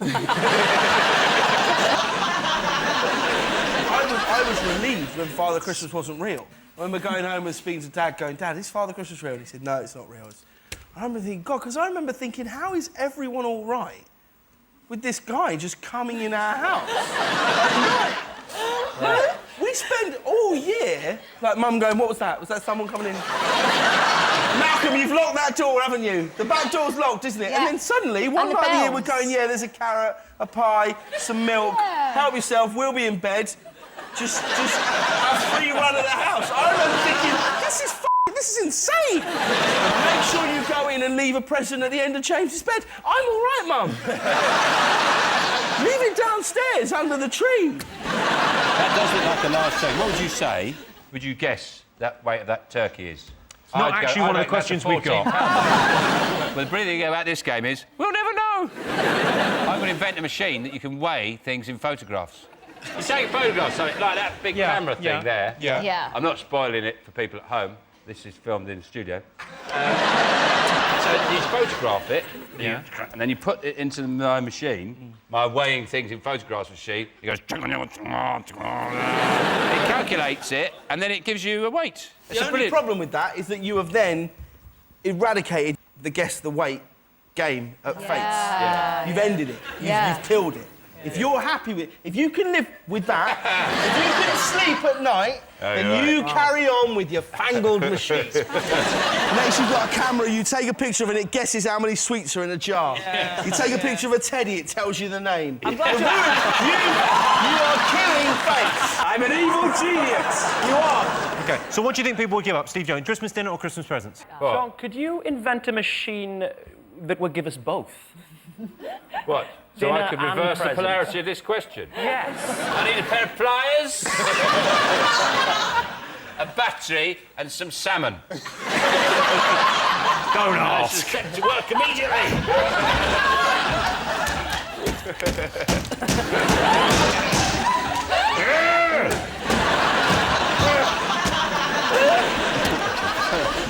What would you go for? But this machine is going to take a while. Back it up! Back it up! No, the blue one, you idiot! All right, try him with haddock.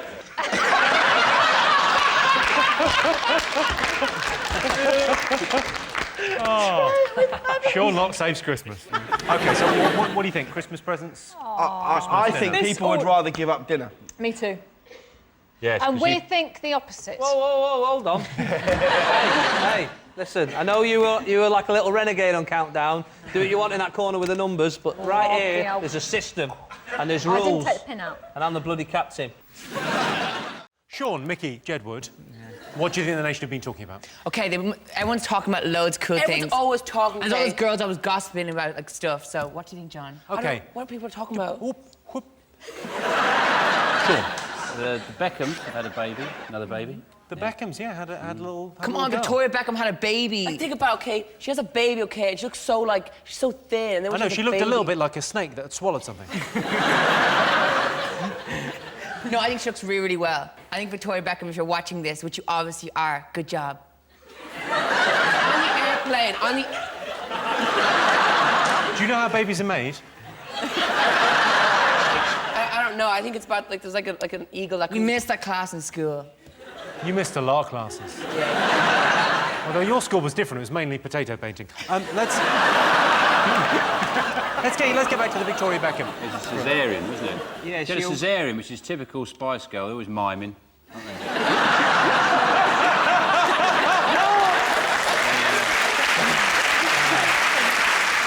She's had 4 caesareans. Yeah, she might as well just put a hinge. There are very few things more boring than going to see someone's baby, though, isn't it? You know, when they say, oh, you've got to come out and see the baby, you think, oh, for and you go, yeah, it is one. You're all right. Well done, you had a bun cup. But it's the name. The names are very strange. What do they Don't call you it? think it's just a really weird thing? To call Seven. you... Yeah. Harper 7. Sounds like a robot butler. The news was suddenly full of sort of little stories saying, what does it mean? Like it's a competition and we're going to win a sort of golden rabbit that's been buried in a forest if we work it out. But if it's a contest that the Beckhams are setting, I don't think the clues are going to be very difficult. Wasn't the name 7 chosen? I thought it was chosen from the number 7 being on his shirt. So, I mean, if he was naming it after something on its shirt, it's lucky it wasn't called Beckham. How did you come up with your name? Edward. You didn't come up with your name, did you? We didn't. Okay, everyone started calling us it. The Sun came No, up with it. our fans came up with our name. News of the World came up with it. You're not in Home Alone. Stop doing that. No, okay, it's John and Edward, and they both come together. You didn't know. Okay, as you guys know, okay, we met Barack Obama, okay, and he was like... You're joking. His hand shook Barack Obama's hand. Yeah, like, if anyone wants to touch it, you can. Just out of his, why did you meet him? We met the biggest world leader in the world, okay, and he was like, so what is Jedward? And we told him that it's John and Ed, and you put together, and it makes Jedward. But why, was he lost or something? How did this happen? Yeah. Did Barack Obama open the wrong door and get lost? What's going on there? And he switched the light on, then you two are there. How did it happen? You told him the Jedward story and he didn't go back to America and say, from now on I am Obama. All the biggest people in Ireland were there. Daniel Day-Lewis was there, Gabriel Byrne was there, we were there. He skipped everyone, walked straight to us, and Michelle Obama was there also. Bono wasn't there. Yeah, he was too He cool. was on tour. Bono was probably in your dressing room going... Can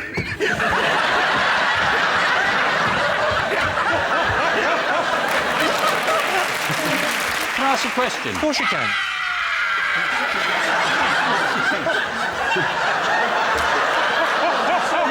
That's not going to change anything. You'll be surprised to find that my memory is not wiped out by that. Yours maybe. But do they not hit kids in Ireland?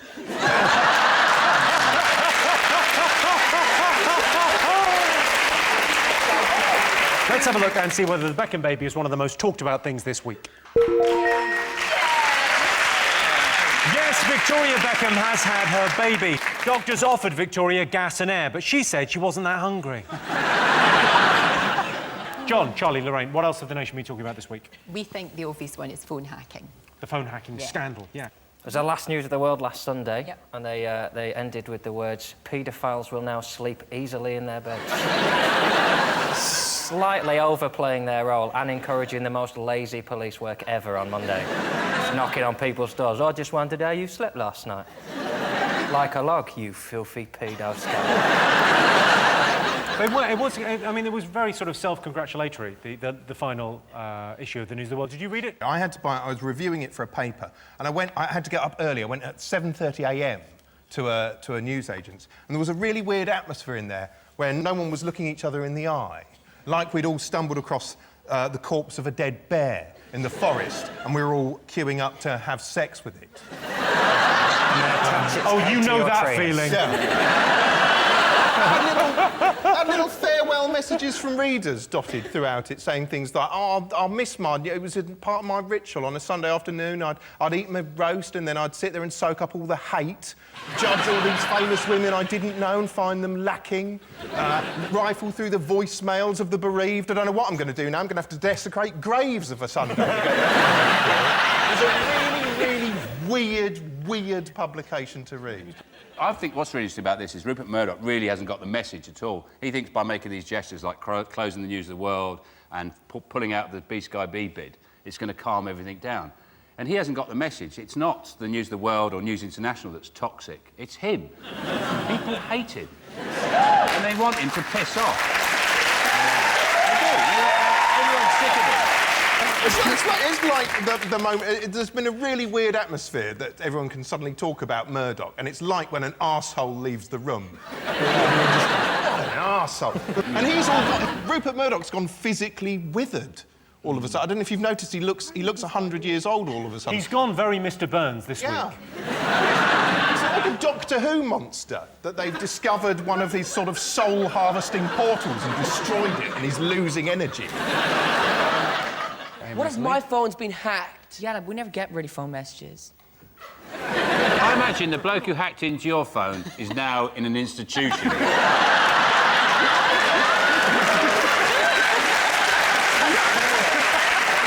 Hello, Tom, it's Edward. No, hang on, I'm next to you. I'll ask you.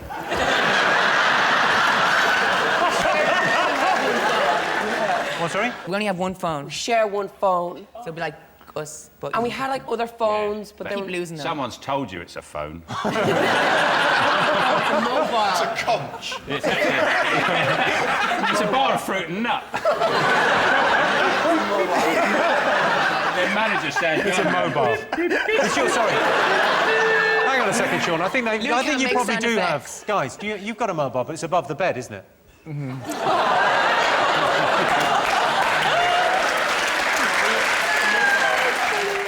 The next round is called Believe It or Not. In this round, I'll give the panellists a simple statement. All they have to do is decide whether they think it's true or false. Sean, Les and Christian, have a look at this clip to illustrate your statistic. No, that's what you can do if you want to do. Look, I'm down bloody here and don't bloody come down bloody like a bloody press when the guy asked you to come in and have a cup of tea and you're telling me what the Jesus Christ couldn't tell me what the do, never mind you.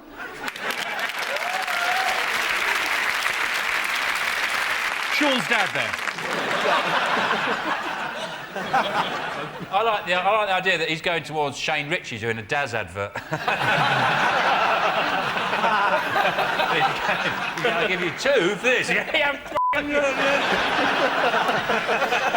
OK, here is your related statistic. Britain is the angriest nation in Europe. True or false? How would you measure who's angrier than who? If you took the Scots out, we'd probably be all right. I don't know. I think English football fans are the only people who, when they visit another country, the police there have to go into special training weeks. And you know that every time there's like a tournament in Spain or something, the local police are all in a field beating cows to death with a truncheon. Get some practice in. Yeah, but Scotland, I went to Scotland once when all the rugby was on, and all there was like fat men with no tops on kicking each other in the street. That was our Mardi Gras. But we can't be the angriest nation. I mean, we get angry, but we just get quite vexed, don't we? We never follow it through. If you're on the phone to somebody getting really annoyed on the phone, our idea of getting angry is getting angry when you've hung up. And then so you go, yeah, right, yeah, no, you see, you're not, yeah, OK, right, oh, fair enough, yeah. You wanker! People argue with me, they say I'm Keith Chegwin, and I say, no, I'm not. And they say, yes, you are. And they row with me. I'm not Keith Chegwin, you bloody are. I'm Les Dennis, don't be ridiculous, he's dead. Actually, had somebody say that to me. Bless him. Can we just get on with this? He looked at you like you were a young monkey. Like he was just going to rip you apart like that chicken wing. That looks like... That's me after meeting your mum. Britain is the angriest nation in Europe. True or false? What do you think, Sean? No, it's false. It's the Swiss. They're livid. You're going for false? It's false. False. You are right. I can tell you that the answer is false. Britain is Europe's second most angry country after Portugal. Yeah. Which means that Portugal go on to meet Iran in the final. Dave, Chantal and Frankie, let's have a look at a clip to illustrate your statistic. 5,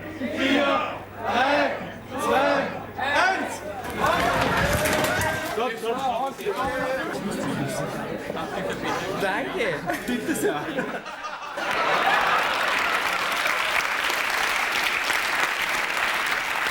I know what that is. Wasn't that the day that you visited Scotland? Well,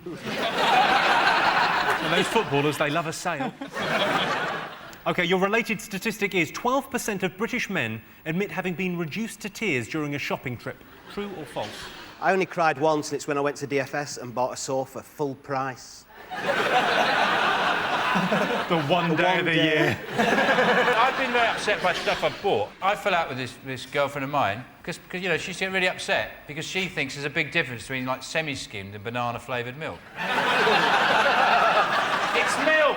Come on! That's just nitpicking. I've been in a supermarket and people come and say, what are you doing here? You know, and I'm like, well, I'm doing my shopping. Every now and again, I've got to eat. It's kind of like they think there's a celebrity Asda somewhere, you know, that we all go to. There is actually, Les. You haven't been invited. Only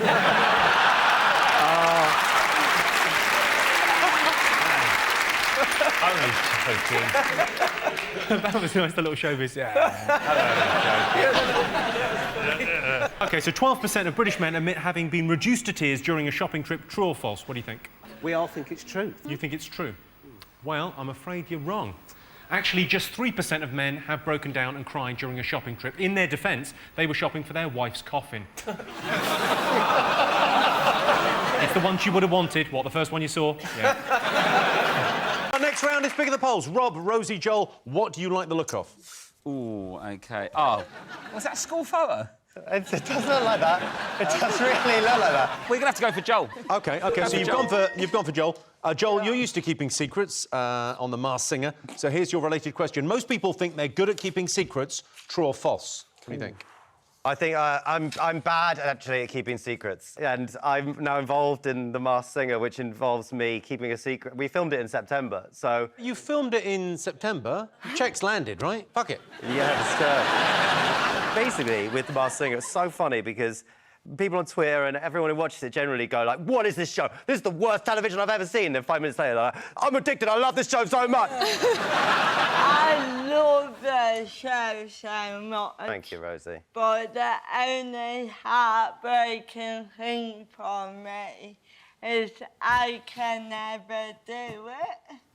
Because people will be like, why's that unicorn got cerebral palsy? Oh, it's Rosie. No, but this is the thing. This is the thing with the show, Rosie. People throw out red herrings. It could be someone pretending to have cerebral palsy.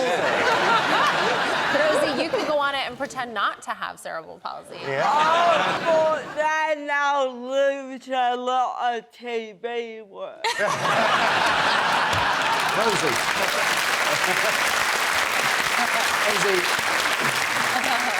Never mind the TV work, what about the benefits?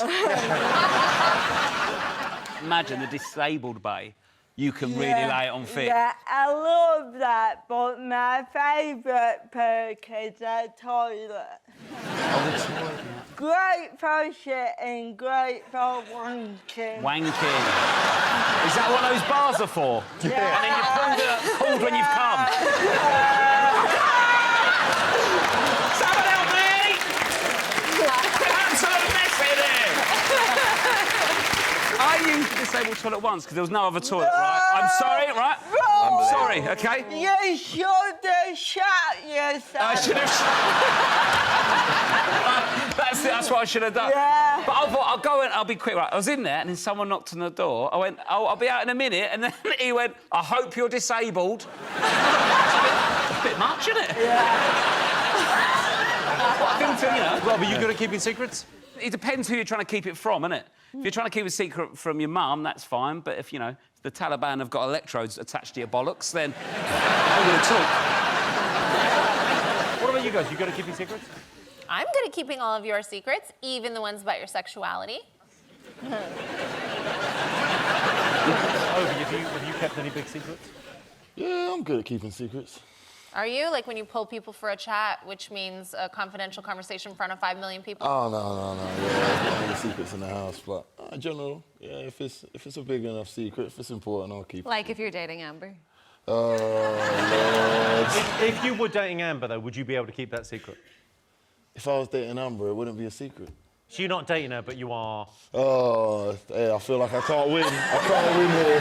What do you mean you can't win? You're fucking Amber. I think you won. Rosie's very good for a secret because she's usually pissed. Like, we learned so much, we got to slag people off. Yeah. And, I like when people cut straight to the point. I don't want any small talk. I want to know who's fucking now.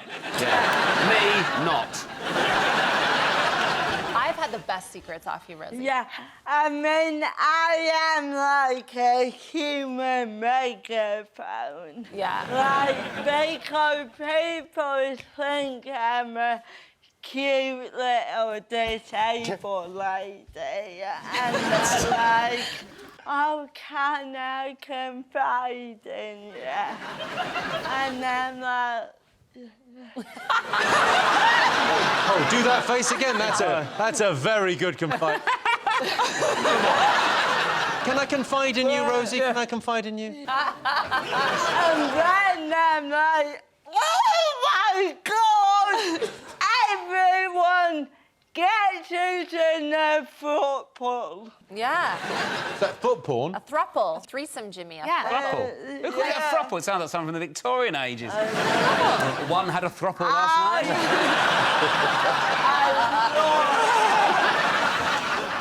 What's your biggest secret, Catherine? I mean, unfortunately, I've told everyone all of my secrets to make money, but... but I'm quite good at keeping other people's secrets. Like, before the show, Obi told me that he has a weird dick, and I would never tell anyone that.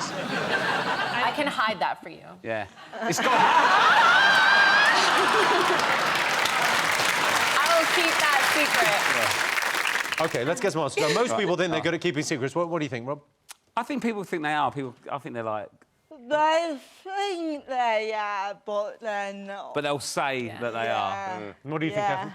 In the age of social media, there are no secrets. My family found out I was married on the Jonathan Ross show.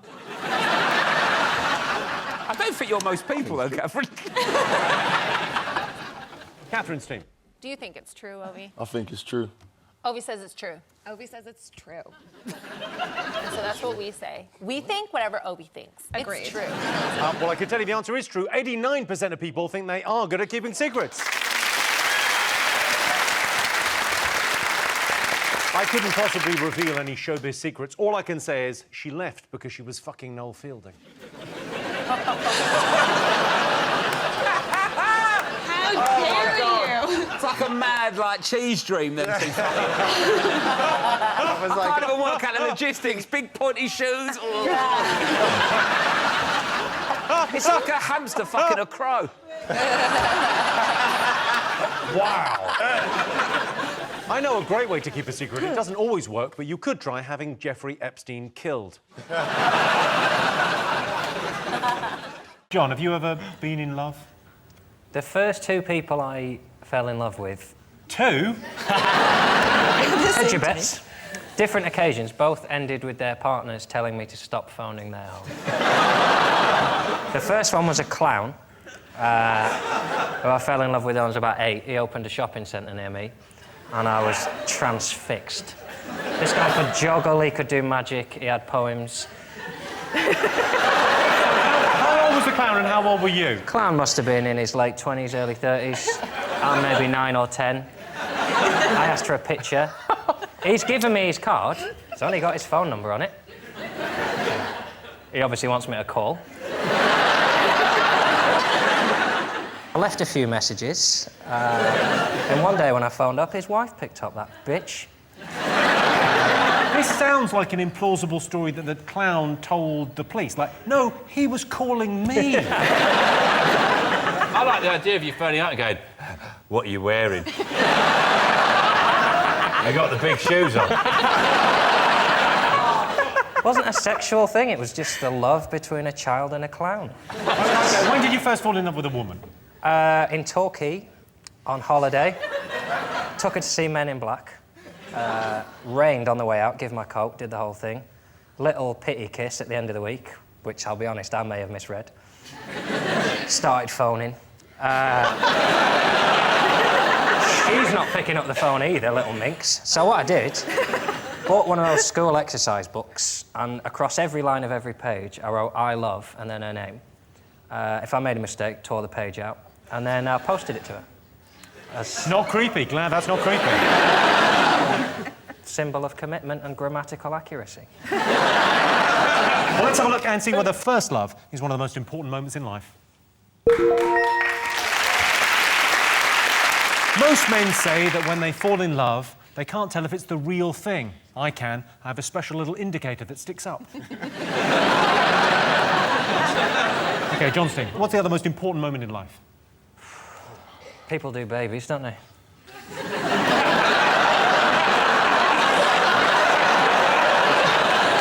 You made it sound like litter. I think the only reason I want to have kids is so I can look at other people's without being accused of being a paedophile. Like when you walk past a...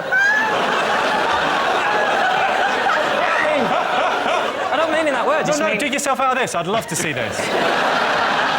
He's got a shovel. He's on your marks, John, and dig your way out of that one. Sometimes you're walking past a playground. Sure. He's going deeper before he even starts the dig. Sometimes you're walking past a playground and you just want to be able to watch the abandon of children. It's like watching nature. It's like when you watch the leaves change in autumn. Sometimes you want to watch a kid on a swing and think, oh, I used to be on swings before I had jobs and before people judged me and before I wasn't allowed to be in a park. And then before you know it, you've been there half an hour and someone says, oh, which one's yours? You go, I'll go then. Fine. I'm not...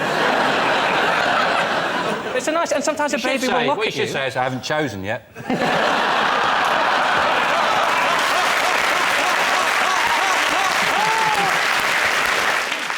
Sometimes they look at you, though. Sometimes you're on a train and... They look at you!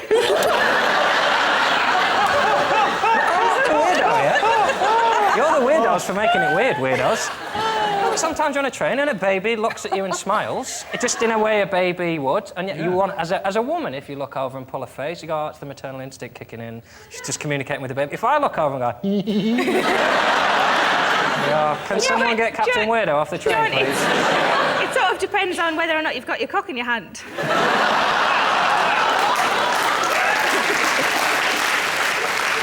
Dr. Christian, is there anything that we can do to get John chemically castrated? You haven't got kids? Absolutely no desire to have children whatsoever. Yeah, you can't... They just linger too long and you can't have a life. They do linger, don't they? Yeah. They go on living is another way to say They go on. They linger. Yeah. I mean, if they lasted 5 years, it'd be perfect, but no. I never wanted kids, really. I just wanted one of those big American fridges. You know, the really big ones. Yeah. I thought it'd be ridiculous. I get one of those. It's just me and my partner there, and like a lasagna and a lemon rolling around in it. I thought I'd better have some kids, fill it out with yoghurt. Well, I didn't think that I was very maternal until I had my baby. Isn't that a bit late, though? Yeah. Really, that's fine, isn't it? But then it was fine. You know, honestly, you know... Yeah, but what if it wasn't? You can't put it back in, can you? You can't, can you? No, you can't. But see, if you do have every drug under the sun, don't... If somebody comes at you Not with whilst heroin, you're pregnant, I should confirm. No, but in labour, have everything. You know these folks that lie on bean bags and they have candles? No. No. You want to be numb, as God intended. You want to be numb from the waist down, knowing nothing about it until they give you a beautiful baby. That's conception or birth? Well...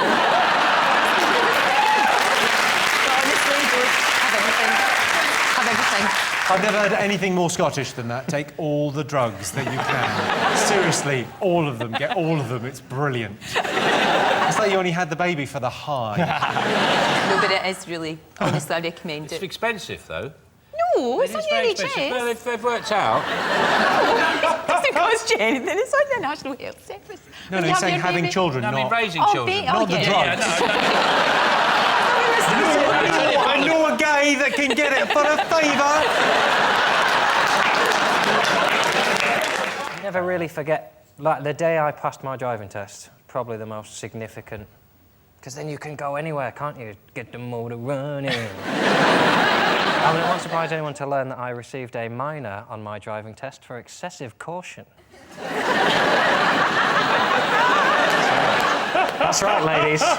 Really annoyed me. You know you're a fanny when on your driving test the instructor's saying, so when I tap the dashboard, I want you to slow down, but for the rest of the time, can you friggin' strap on a pair and just put your foot down? I think it's a big time for, you know, teenagers passing their test. I just think it's a very strange thing that we pick that time in life to give kids the opportunity to drive. You know, it's the most sort of hormonally volatile you can be. So are you emotionally insecure and randomly aggressive? Here, have a machine that can kill yourself and others. You know, like when can you apply for your provisional licence? I do drive a car, mate. I drive a Polo 1.2. It's blue. And you've got a rhyme. Take that. Yeah, exactly.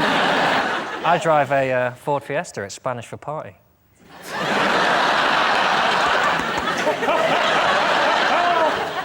I feel completely left out. Do you drive? I've never passed my driving test. I took it once and failed it so appallingly badly, I said I'm never ever going to drive again, and I haven't. I respect you for that. I think if you fail your test 3 times, you should be banned for at least 10 years. People think they have a right to drive, and they're like, well, I'll get there in the end. Well, you're clearly shit at this. You have to be told to stop now. Like, I failed 6 times, but then I passed on the 7th. Well, you're probably still shit. Do you drive, Sarah? Yeah, I passed second time. Apparently all the safest drivers are those who pass the second time.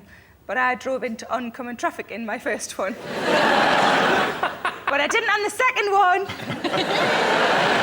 But they don't teach you everything that you really need to learn to drive in the lessons. They don't teach you like how to balance all your snacks on the passenger seat.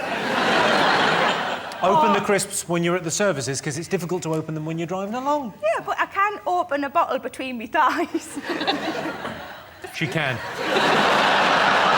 Really impressive if it's one of those Grolsch bottles. Shame my house here for that. Now it's time for a quick bonus round. Rob, Catherine, come and join me in the middle for a brand new game for 2020. It's called Is There a Duck?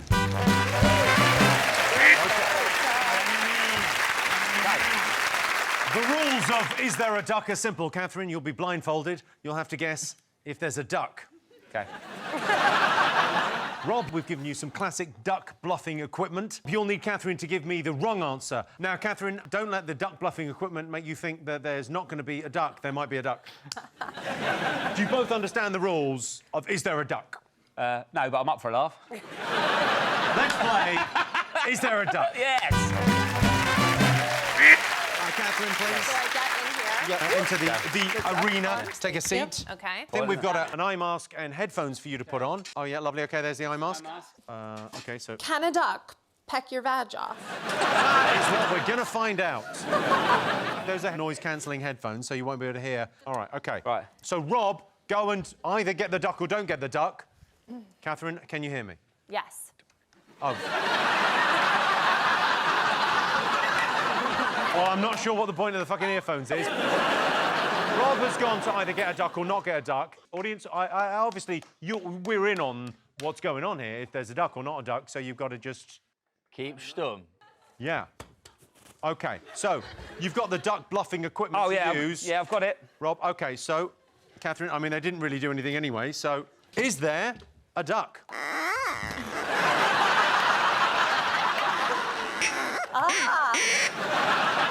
Still feel there's no duck. OK, she thinks no. That's the duck noise? Okay. Yeah. Oh.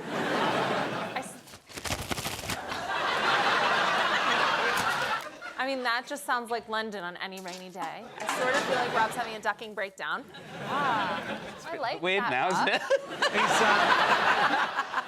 I'm not sure what we're doing anymore. Do you know what? Oh my God.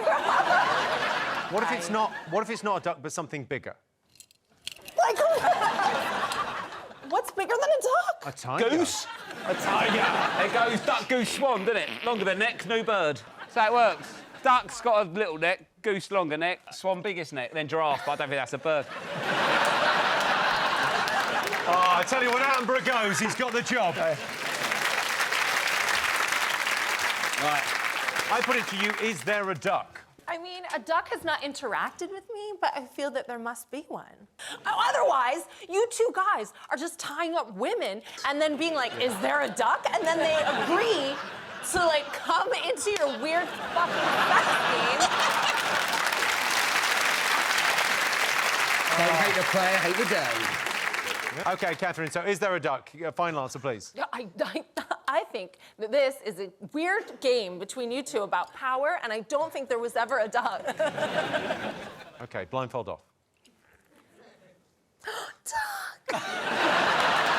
Now, before we carry on, as a tribute to Naked Attraction, we're going to play Carrot in a Box, Naked Attraction Edition. Rob, Catherine, come on down. OK, good. Regular viewers will be familiar with Carrot in a Box. The rules are simple. You each get a box. One of the boxes contains a naked penis. The aim of the game is to end up with the dick in the box. Bring on the boxes. So if you just step back a little bit. OK. Yeah. Yes, it's a game of bluff in the buff. OK, in a moment, I'll ask Rob to look in his box. Why me?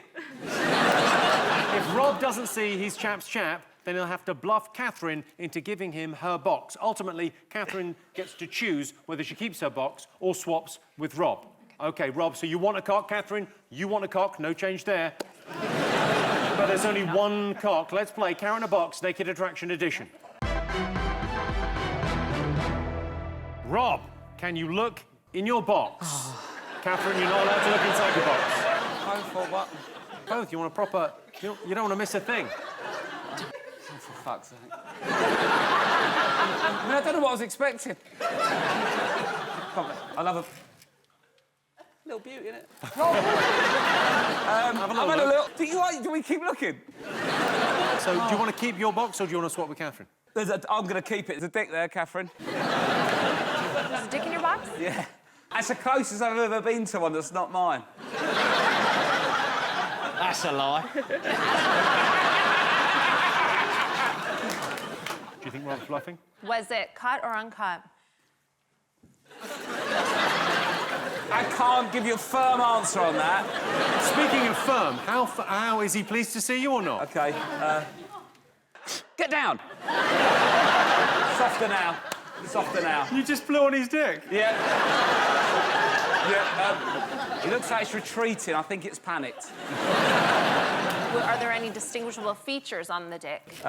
He's drawn a face on it. And it moves when he laughs. OK, so do you think he's bluffing? Do you think there's a dick in the box, or do you think you've got a dick in the box? I think Rob is bluffing because he's gone back to look at the dick so many times. And Rob is a respectable family man. I don't think he'd be so thirsty for the cock. I think I'm getting into it. OK, so it's time now for the blindfolded taste challenge. OK, so what do you think? You think he's bluffing? I think that there's the dick in my box. I think Rob's bluffing. I mean, there's a point for whoever wins this. So, gentlemen, if you could face forward. And Catherine's man, we would like you to open your box.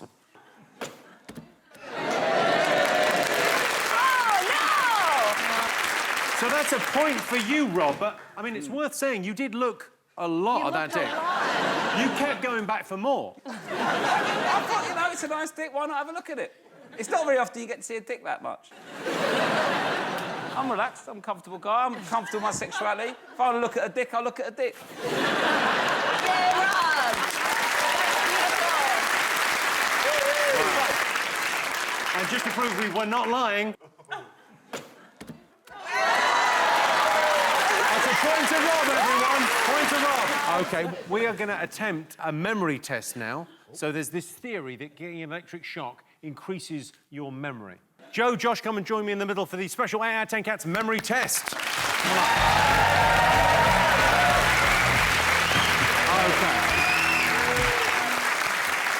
OK, there are 20 objects under here. I'm going to show them to you. All you have to do is memorise them. Understood? Yeah. OK. Now, you've been fitted with electric shock pads. Apparently, electric shocks help your memory. In fact, I'll give you a little boost now, OK? Little memory boost. All right, go on. Oh, Jimmy, turn it down a little bit. OK. Just a little bit, make my nipples go hard. We're going to do a little test. Boost your memory. Here we go. It's nice in a way, though. Oh, it's not. You like OK, let's play the 8 out of 10 Cats memory test. OK. You ready? You've got 20 seconds to memorise 20 objects. Right. OK, there you go. Right. OK, so you've got tomato, you've got sunglasses, Yeah. got a rubber glove, you've got a dinosaur, you've got half a Scotch egg, got What's a pizza this? cutter. That's a kazoo. Kazoo? That's a rubber ducky. I'd leave that one, Looks Joe. like that. Right, now, wait there 1 second. That is it, OK. It's pretty Okay. easy. Now, all you've got to do is name those 20 objects. Yeah. Easy. OK, you go first. Kazoo. OK, Josh, you'll go. Gazoo. No, Joe, you'll go. Orange. We'll give you that. Satsuma. Cheers. tomato. We had some. Oh, You're Jimmy! not allowed to hesitate. I wasn't hesitating. I was about to say it. What were you about to say? I was about to say the little heart glasses.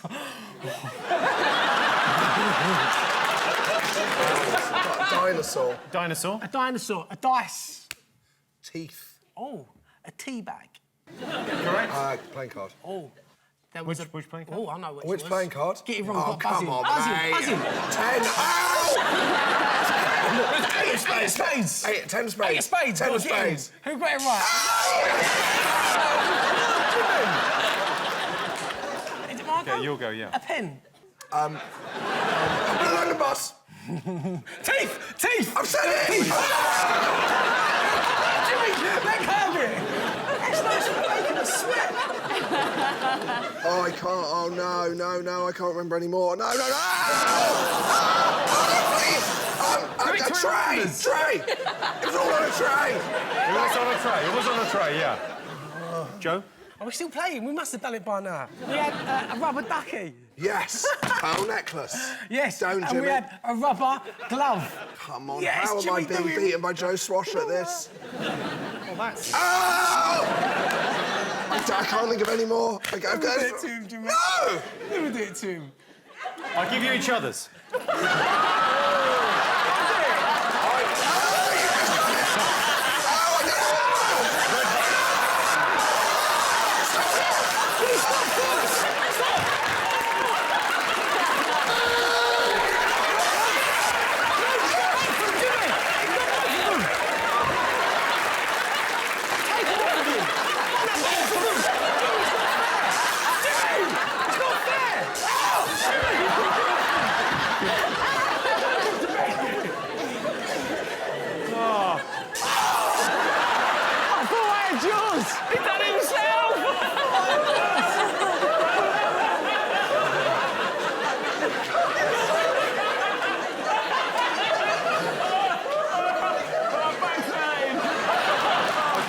At the end of that, you both did really well.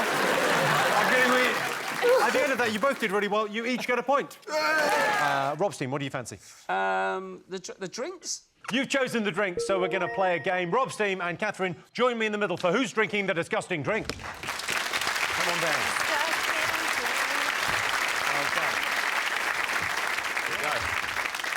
Catherine, Rob's team have a series of drinks. 2 of them will be drinking something delicious, but 1 of them will be drinking something truly disgusting every time. All you've got to do is tell me who's drinking the disgusting drink. OK, so let's get a lighting change for tension. Let's play Who's Drinking the Disgusting Drink? Wow. It sounds like a lightsaber being put away. All right, it was just a misunderstanding, Obi-Wan. OK, Rob's team, it's time to try your first drink. So drink number 1. Fruit smoothie with berries and banana for all of you, apart from 1 of you. And 1 of you has got a fruit smoothie, but with extra mackerel and fish sauce. Oh, God. There's a weird smell around here. Can you smell that? Yeah, I think it might be the mackerel, mate. OK, so you can all take a drink. OK. I don't think I tasted mine.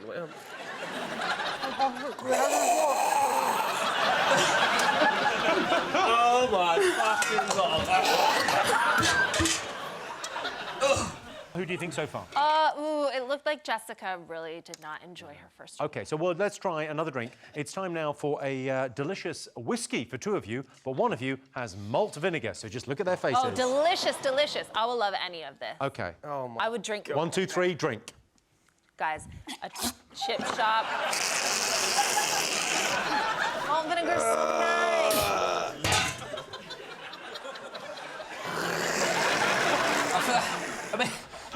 It was awful, but I feel alive. Jessica, you really did swallow that and you didn't need to. God. Oh, God, I don't need to swallow it. Well, that's Don't tell her. That's a career in Hollywood ruined. OK, all right, so who are you going to now? It seemed like that was the boys disliked that Okay. more than Jess, and Jess swallowed. Yeah, but I'm also swallowing mine. I'm swallowing every... Are you not swallowing You yours? went to public school, though, Jess. OK, 1 more. This is a delicious latte, but for 1 of you, it's made with French cheese, mayonnaise, and horseradish. No, no. OK, so take a little bit of... God. Oh. Fucking hell. Try not to smell it, I think would be my advice. Okay. Don't smell it. That is the fucking worst thing. Oh, my God.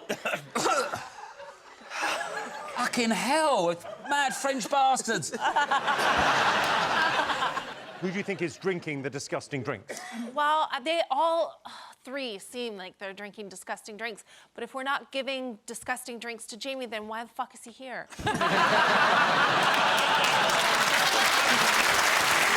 I mean... You can't argue with the logic. Yeah. If you're undecided, you can get them to take another sip. No, you know that I don't... Yeah, I think maybe that's a good idea. Yeah, let's swap around. Why don't we do that? No, because I think if you want us all to take another sip, I think that's fine. Oh, no. Should we go for the one first team? Yeah, as team captain. I mean, it's not often I get to use my responsibility. I sort of sit in the middle, but I think it's best if off you go, Jay. You're power happy. I am power happy. Now get that down, you.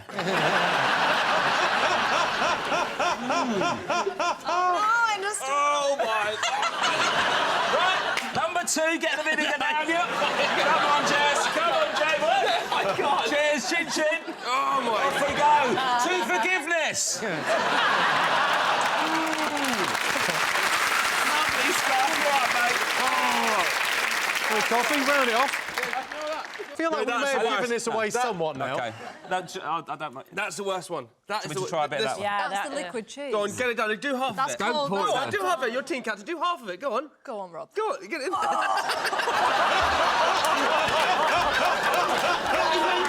Mental. OK, so, Catherine, you thought it was... Oh, it's like paint stripper. Oh, well, I can tell you the answer is Jamie. OK, Rob's team, what do you like the look of? The light bulb. You've chosen the light bulb, which means we're going to play a game. Rob and Dr. Ranch, it's time to play Buzzwire. Come join me.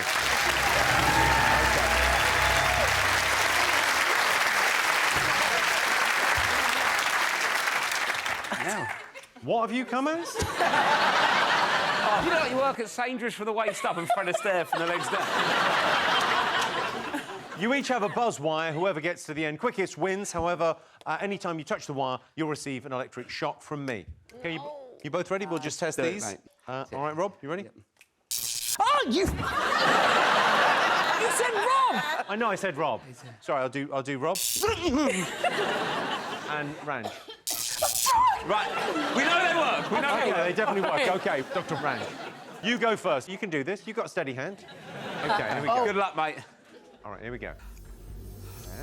Oh, he's got a steady hand. Very good. Go on, Ranch. Don't worry about the Very good. time. Just look after yourself. Very good. See, Those this is trousers are amazing. Doctor. Wow. Hope he doesn't Imagine you're correct. taking a cock ring off a fractured dick. If he don't get one buzz, I'm going to be so angry. He's doing... Oh! Stop! Please, I'm not touching it anymore! Short one.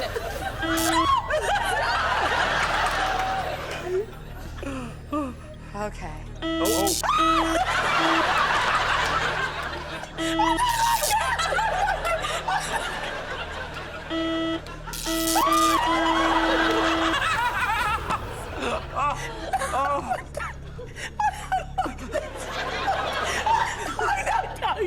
Oh, no, I just shit myself. You didn't cut me then. Oh, I just shit myself. Oh, there we go. Yeah. Really sweating. My arse is sweating. Well, we won't need the lube then.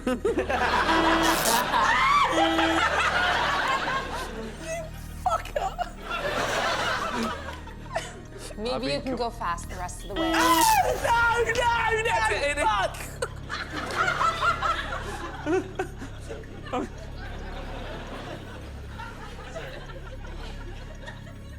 Oh, there we go.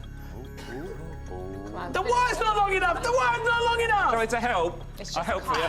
Oh, thank you. OK, come on, you're nearly there now. Come on. I'll let that go. In your own time, babe.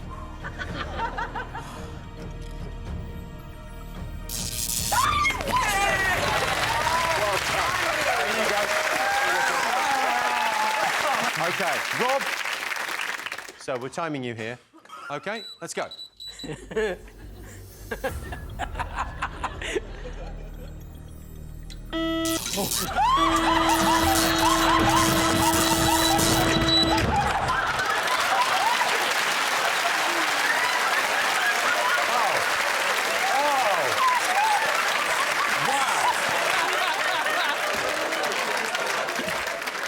Wow. I went through a lot of emotions there.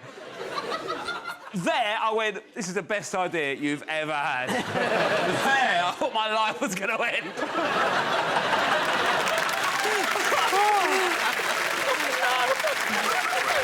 No, go. That was a valiant attempt, but Rob, you get the point and the win. I hope you enjoyed those clips. If you want to watch full episodes of 8 out of 10 Cats, then you can on my YouTube channel. Just, search for it on YouTube and you'll find it, because it's there.